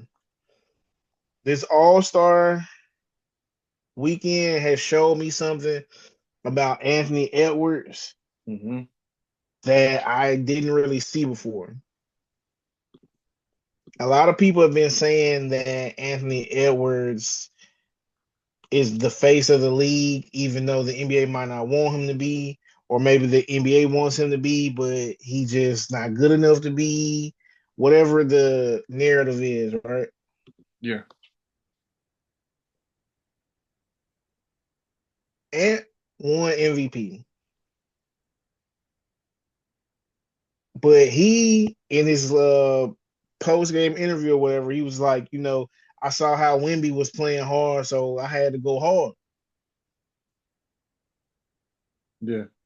I also saw him say,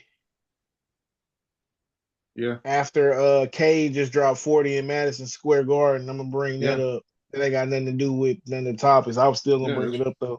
Yeah. He said, "Oh well, I saw K drop 40, so No, he said I woke up. I knew I woke up. I knew I was gonna drop 40 when I woke up today. I saw K drop 40, so I felt like I had to drop 40. Yeah. Except K did his versus the Knicks, and you did yours versus I forgot who they played, but there was some people assists. missing. It wasn't even who. Kate had 13 assists with it too.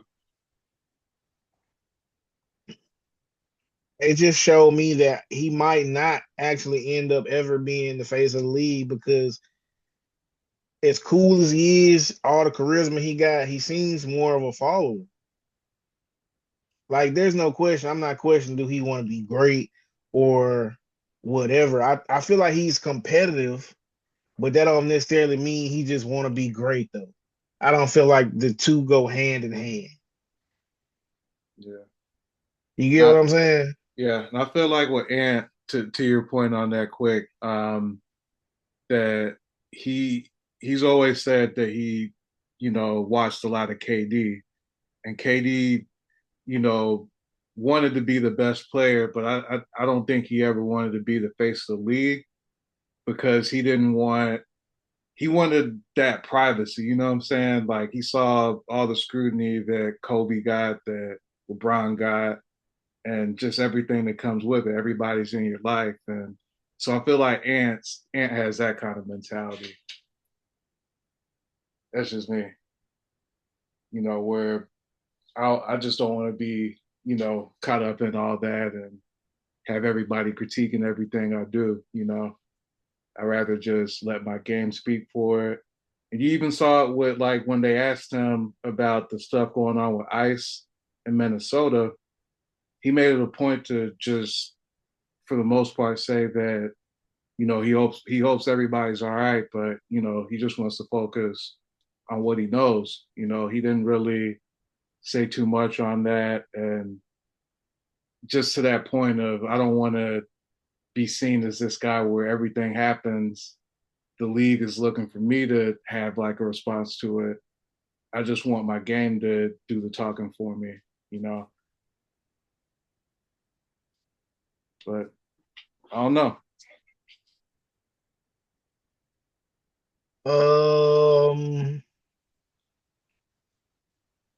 Okay, that's an interesting take. I mean, there's something in me, or pause. There's something. There's a part of me that kind of can see what you're saying, but I, for the most part, I don't agree. Yeah. I'll also say this. It's not the format. The format is not gonna make a difference. I feel like they could do something as simple as having everybody wearing their home or away jersey that they actually play for. Like, it could be, you know what I'm saying, them doing how they change the court for the little cup games.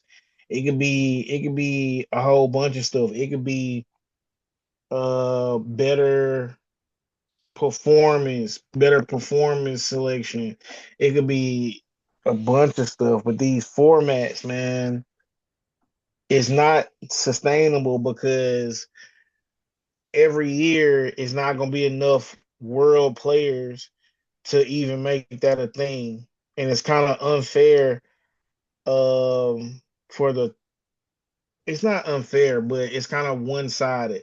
Like, people were complaining that the LeBron team, the old head team, played more, or they played back to back, or whatever was going on. Yeah. So, and people are saying, like, well, like Cloudy said, I would think, De'Aaron Fox and whoever would be on the other team. It's like, if they wanted to move forward with this same format, that wouldn't be a problem, because Steph, KD, and Bron gonna be out the league soon. So everybody, you know what I'm saying, is gonna be closer in age. Yeah. So it's just a weird spot right now where the old heads are still some of the best in the league, or maybe selected because they still fan favorites, or whatever got them in the All-Star game. You know what I'm saying? Yeah. So I feel like if they did want to go forward with this, I feel like the age thing wouldn't be an issue because they the only old niggas in the league. For real, for real. Like they like on some longevity type stuff. Like I'm pretty sure they the only people in they respective draft class is still hooping. Seems So like it. you know what I'm saying? Yeah, man. Respect to respect to Wemby for stepping it up. I feel like one reason Wemby got a chance to be the GOAT is because he want it all. Like he want to win, he want to be great. He want not just to beat you, but to like break you. Like he's not letting nothing slide. Like he's saying this is an all-star game. Y'all don't take it serious, but y'all ain't got to, because I will. If I get 100 points tonight on some Will Chamberlain stuff, because y'all ain't playing defense, that's what's gonna happen. Yeah. And so you know what I'm saying? Yeah. And it's not a go ahead. Yeah, no, that's what you want to see, because it used to mean something to get the All-Star game scoring record. Like for the longest time, Jordan had it. Then I want to say Kobe may have had it for a little bit. And then I think recently Jason Tatum, took that from Kobe, and like just making an impact in the All-Star game used to really mean something to that point. I don't think I'm not gonna say I don't think. I'm not sure if it really meant something or if people really was competing. Yeah. Yeah. Oh no. Like how Jeff Teague was like, you know what I'm saying? I never cared about my accolades and all this, but we know for sure he cared about his money. So, you know what I'm saying? It might be players like that, like a James Harden who got like all-time talent, all-time skills, but just don't take the game as serious. Like, don't like they love the game, they good at it, but they don't have the passion to want to be the greatest that ever did it. They are living like they're experiencing wealth that possibly nobody in their bloodline has ever. You get what I'm saying? Like they're on top of like so like how Westbrook was like people say I'm not successful, but I made it from here, so I'm successful. I've won because I'm able to. This is my legacy. So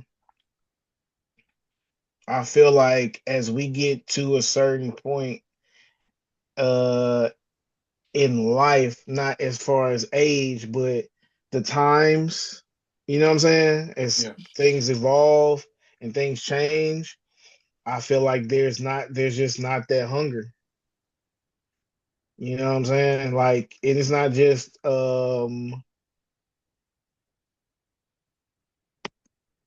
it's not just basketball. You know what I'm saying? I feel like it's in maybe multiple sports because I feel like it's the same thing in music. Like T.I. was like you can say he was from the South, he was country, he was ghetto, he was whatever, but he had a passion for his music stuff. And that's what separate him from the other people who would maybe be rapping about the same thing. Yeah. You know what I'm saying? You got people like Boosie, and it's arguable that Lil Webby is better than Boosie when it comes down to preference, right? But I feel like what separates them is Boosie had a passion for this music stuff, whether it was to be the greatest or whether it was just to take it all the way as far as he could take it. Taking it as far as he could take it, is like maybe on a lesser of the scale from wanting to be the best, but that's still like a major gap between just wanting to get by, just wanting to get some money, just wanting the accolades, just wanting to be able to say I did it, or just, you know what I'm saying, just for a means to an end. There's a massive gap between that right there. You know what I'm saying? Yeah. And I feel like, you know what I'm saying, the people that are at the top right now are the people that wanted it the most. Like, we can't really say how much Future wanted this or whatever, but we don't really know Future like that. Like, we forgetting, like we look at him one way because of the content of the music he produced, or the style, or the subject matter, or whatever. But we forgetting he old as fuck. So he gonna have like some older OG kind of morals and principles, or thinking, or perception of life, or wisdom, or whatever. Yeah. He grew up around the Dungeon family people who probably was structured a certain way, or went about things a certain way, and taught him certain things. So he probably just kind of, you know what I'm saying, got that dog in him from being, you know what I'm saying? Yeah. I'm just speculating, but I just feel like the best, the people that are the best are the people who take pride in what they do. Jeff T probably could have been better if he wanted to be, but he'll tell you that, you know. I agree with that to a certain extent, because I feel like some guys max it out and they get a whole bunch out of themselves, and it's still like a pretty good thing, you know what I'm saying? A pretty good success. And they still got the same kind of passion that even some of the people, you know, at the top of the game, because a lot of people say that, you know, just sticking to the theme of like hip hop, a lot of people regionally will say that Big Crit is one of the greatest MCs, period. You know what I mean? And I'd say he's as passionate as, you know, a Future, even though like Future probably gets a lot more credit for it. That's just me.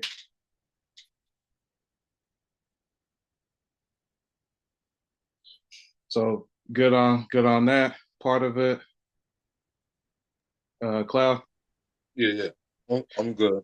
All right. So we got a second part NBA where you know, there's been a lot of discussion around what to do with just this perceived problem of tanking. And so the NBA recently like fined a couple teams like a few $100,000 for them like tanking during the season. And so there's been a lot of discussion around that. And one of, you know, a couple proposals have been number one, to abolish the NBA draft and just have, you know, rookie free agents. So, you know, you just sign with whatever team either you want to, or whatever team, you know, gives you the best contract. And it's thought that that would kind of reduce this like player movement thing where, you know, guys that end up in a place where they don't want to be, and, you know, they're stuck there for a few years. Or you have like a tournament of all like the lottery teams. So you just, every team that doesn't make the playoffs, they have like a tournament, and the winner, and however the teams finish in that tournament determines the draft order for that next year. And I feel like, honestly, I just feel like if teams are just going to get around the rules so much, that I kind of like this idea of abolishing the NBA draft and just having, you know, rookie free agents. I feel like that'd be a interesting fix. But my problem with that would be, you know, would you have certain guys who want to go to Utah, certain people who'd want to go to Portland? You know what I'm saying? You'd have a whole bunch of people who'd be trying to go to LA or, to the good basketball situations like Denver, San Antonio, Oklahoma City, So I don't feel like that'll have a good effect on competitive balance. But I feel like it'll help solve the problem of tanking maybe like the best out of like everything we see. What do you think about that, Cloud? Hey, can I go first? Okay, go for it. No, go ahead. He unmuted. Go ahead. Go ahead. Okay. Go ahead.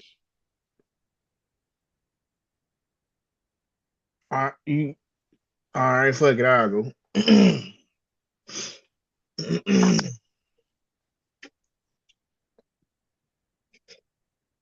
All right.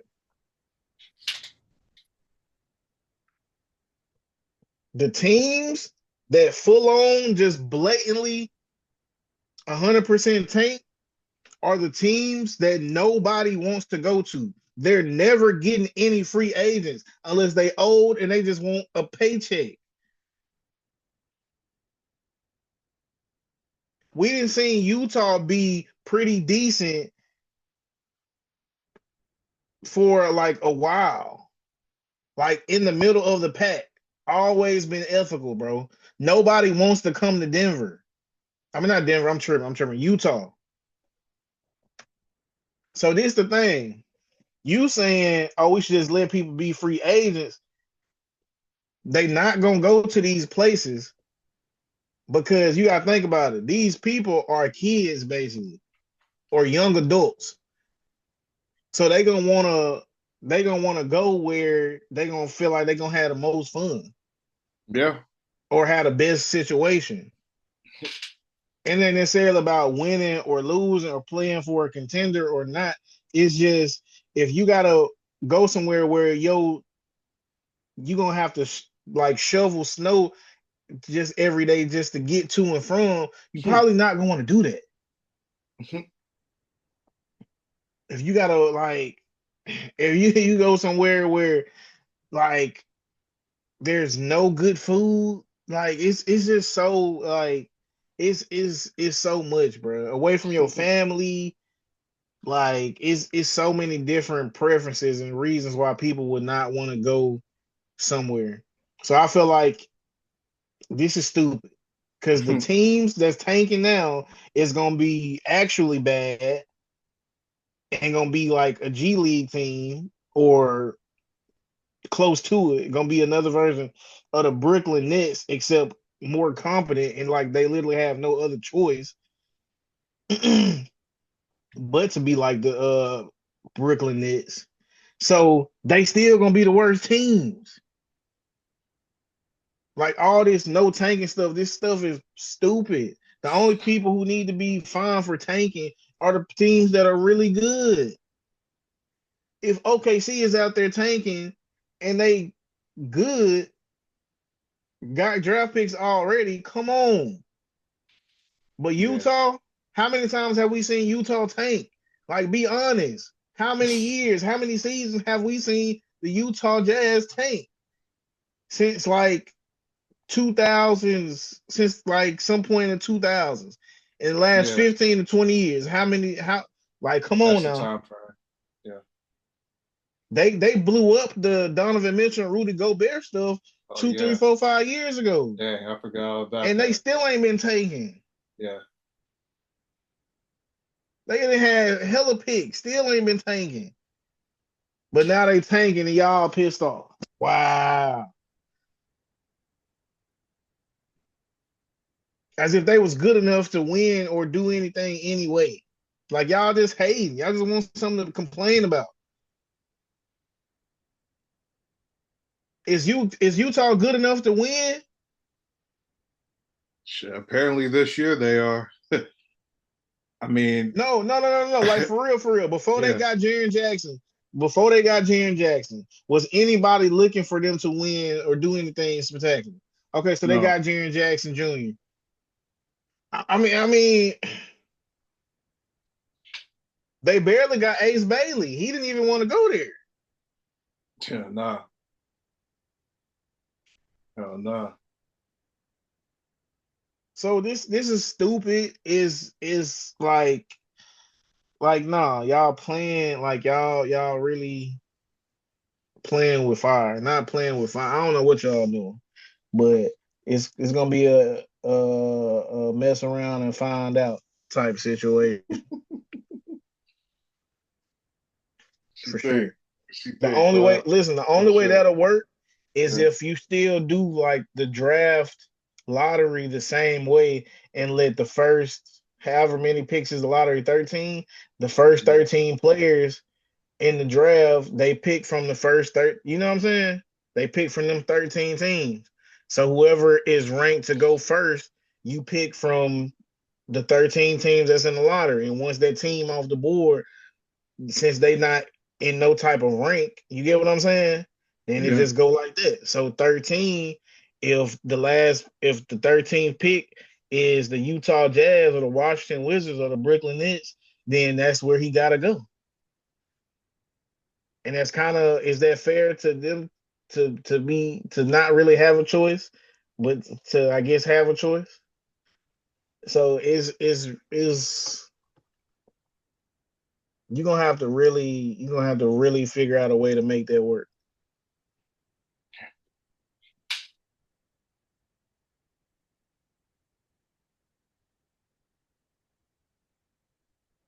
What you think, Cloud?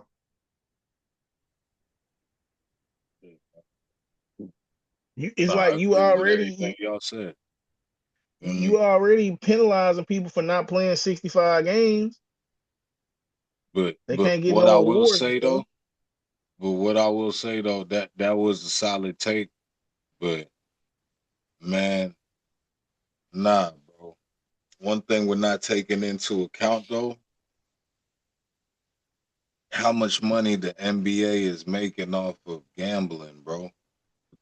And so when Utah is up 15, and this is before the JJ shit, and it's not just Utah, it's a lot of teams who do this tanking shit, and it's not even just the tanking shit, it's just the throwing games for whatever the reason.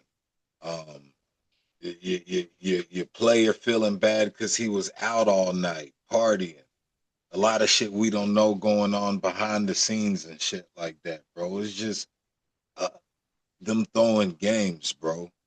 That's literally what's going on, man. Shout out Mike Dadino on Instagram, bro. But like, it's literally these niggas throwing games.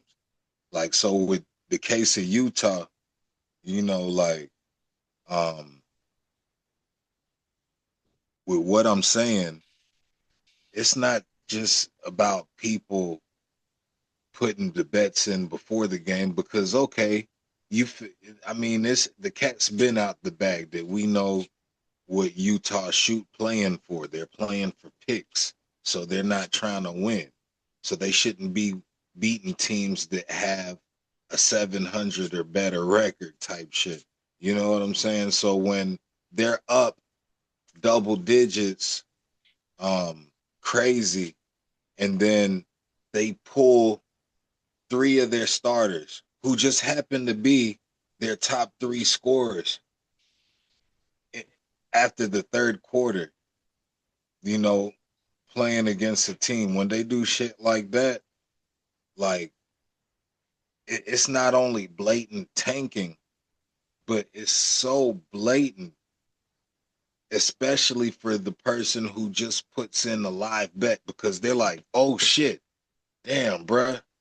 Hey, Kane, hey, look at this shit, man. Utah up on Orlando by 15 going into the fourth, bruh. You feel me? Marketing got 30.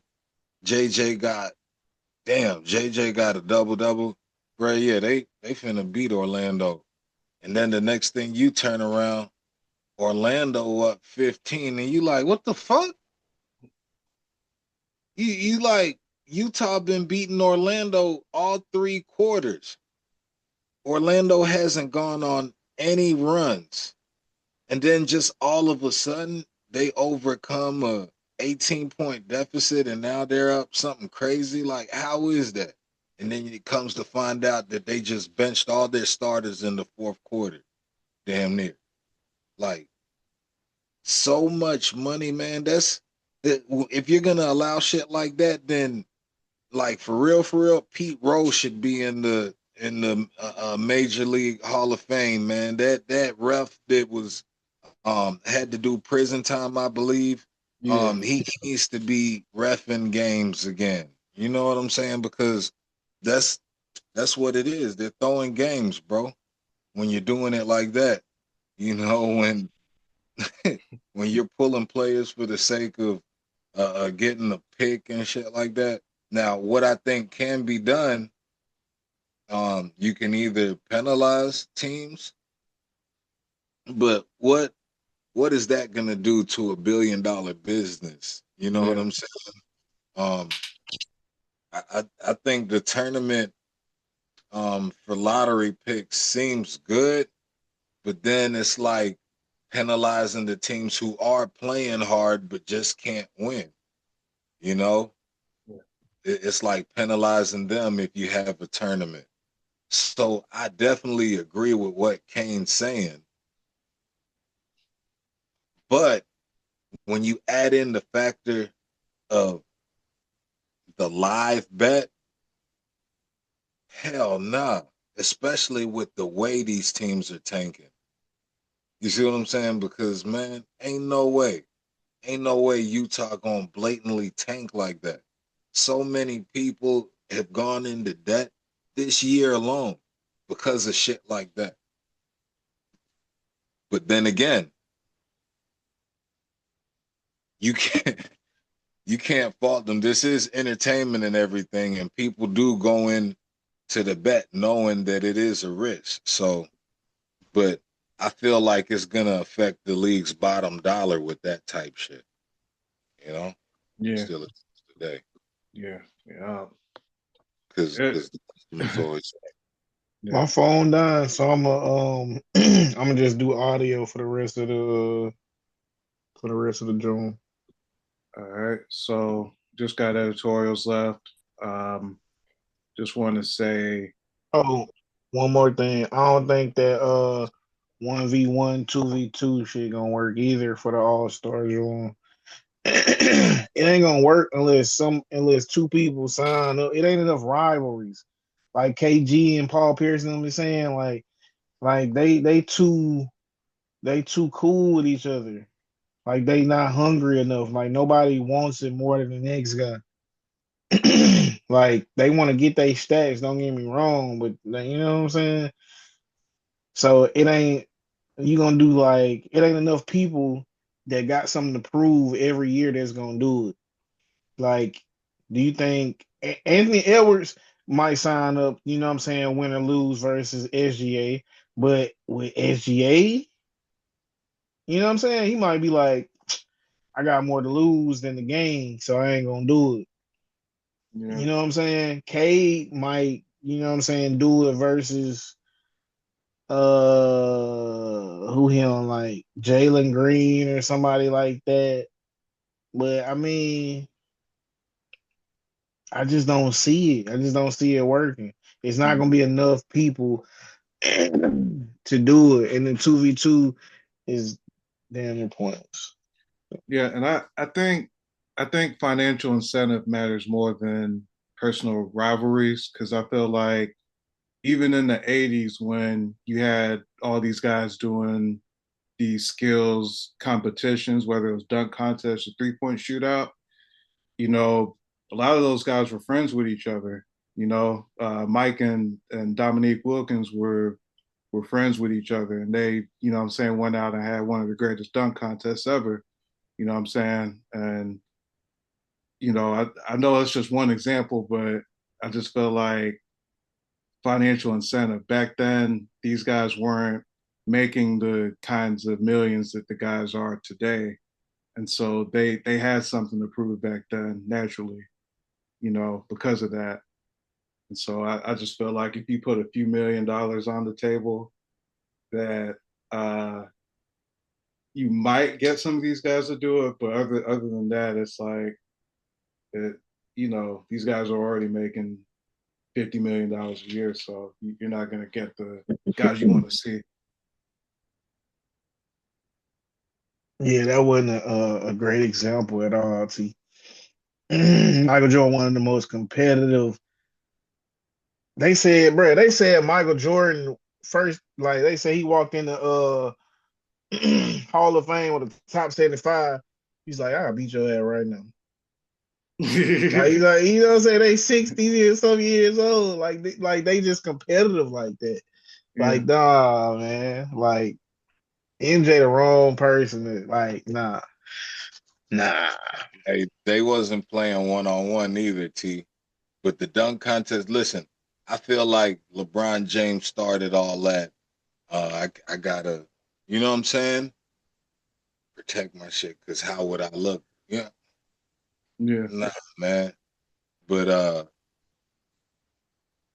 look, man, that one-on-one would be nice, but it'll just, well, what you said, the bag does matter, and who they get to do it first matters too. You know, if you get somebody like Dylan Brooks out in that motherfucker, bro, you see what I'm saying? Somebody who a lot of people really want to, you feel me? Like, that'll change the scene, bro. Like, and don't let him place high in the first competition. You see what I'm saying? Like, shit like that. Like, hey, be somebody. Go ahead. Dylan Brooks gonna get his ass beat up. Somebody gonna get beat up. It's just two of y'all out there. Nobody to hold nobody back. Somebody getting stolen. It's over. Hey, the bag matters though, man, because like when you look at what they getting for the dunk contest, it's like $500,000 or something like that. Yeah. So the bag matters to the people who ain't got the bag. All the all-stars is probably more than likely getting paid already, bro. Let's keep it 100. Yeah, but it's a reason why every team don't show up for the cup game, even though you get $500K or $500,000 untaxed. Yeah, like let's come on, bro.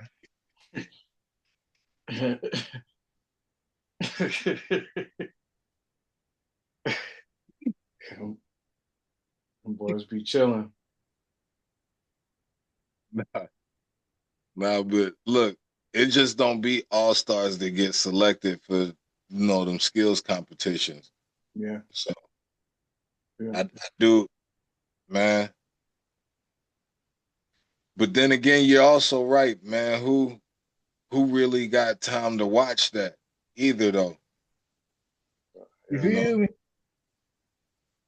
But we'll see, man. It's a way of them being creative and everything. Yeah. All right. Well, that's something to watch. So just wanted to give, respect to Jesse Jackson. So he passed this week. Political trailblazer, and just, thanks for everything you did, and, just thoughts with the family. And Chris Paul also recently announced that he's retiring after 21 seasons.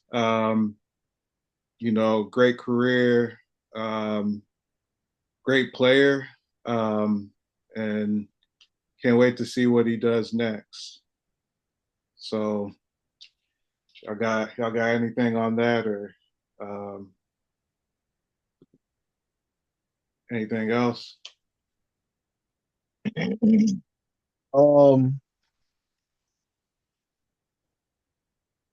y'all see where Kay said, I feel like I'm the best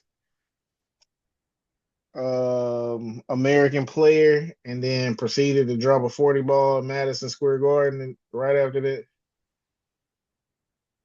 Yeah. Hey, could you say that again, Kane?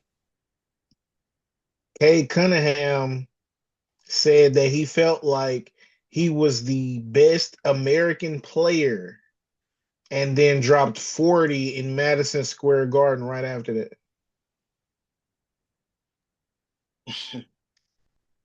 He was super. Was the New York squad healthy when he did that? I think so. Yes, but his big man wasn't playing. Duran wasn't playing. Yeah. Oh, then that matters too. Yeah. That matters a lot. That matters a lot, bro. Because that pick and roll game, bro, especially for a player like Cade, bro. That screen matters. That space, spacing matters, bro.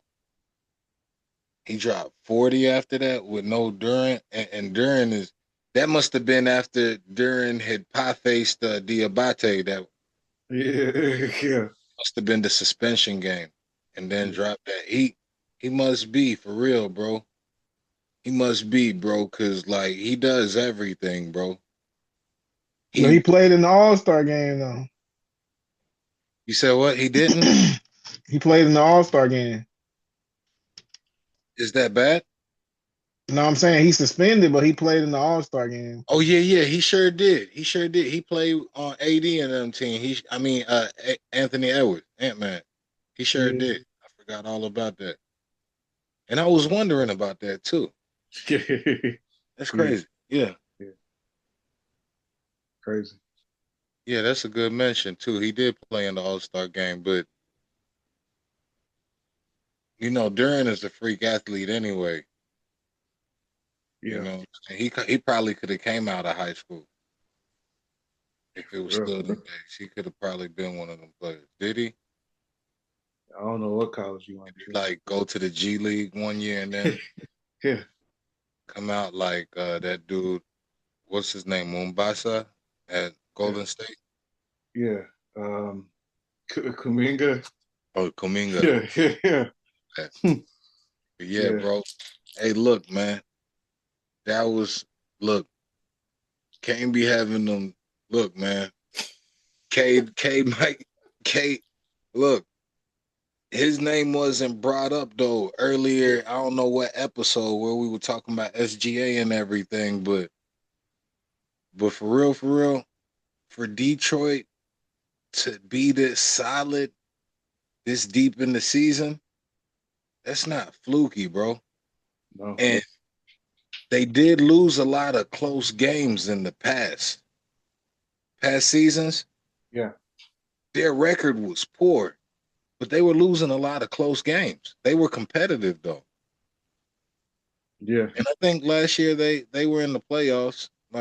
So it's not a coincidence that they're doing this good. They're definitely scaling. Yeah. Scaling. Quick turnaround. But what do you think, Kane? Because you asked that. What do you think? Do you think he's the best player? Best American player. Best American. Do you think he's better than AE? Yeah, that's a tough one, man.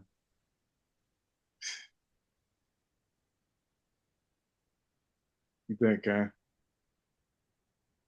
I think both are great talents. But I feel like Cade just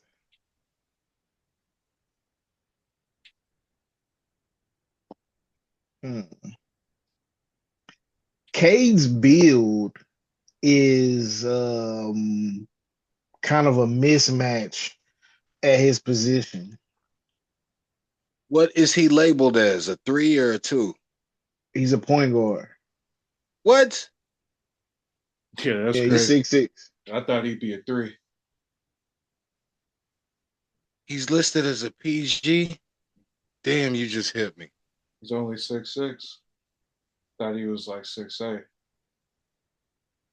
But he does handle the ball though. Yeah. Difference, really. So I feel like he's growing into it. You know what I'm saying? He's figuring it out. Anthony Edwards. I'm rooting for him. I'm gonna vote for him. You know what I'm saying? I'm gonna say Anthony Edwards. Yeah. But I think I'd rather have Cade. It just depends, really. It just depends. I really want to know what Cade can become. Yeah.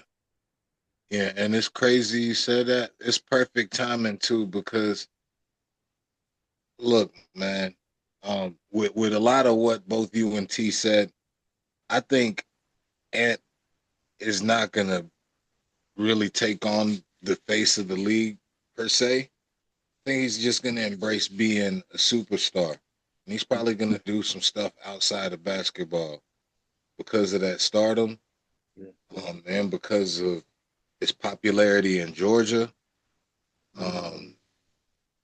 But Cade, I do think he could be a face of the league. Yeah. But he could be, but it's just about him playing for Detroit, bro. I don't think America's ready to embrace. It's just for real. That's just me, though. Yeah. Yeah. I think America's ready to embrace them. Yeah. So, good on it, Ken. Yeah. All right. So that's all we got for this week. We're, gonna be back next week with a little bit more, something different. Till then, salute and you know what I'm saying? Be blessed.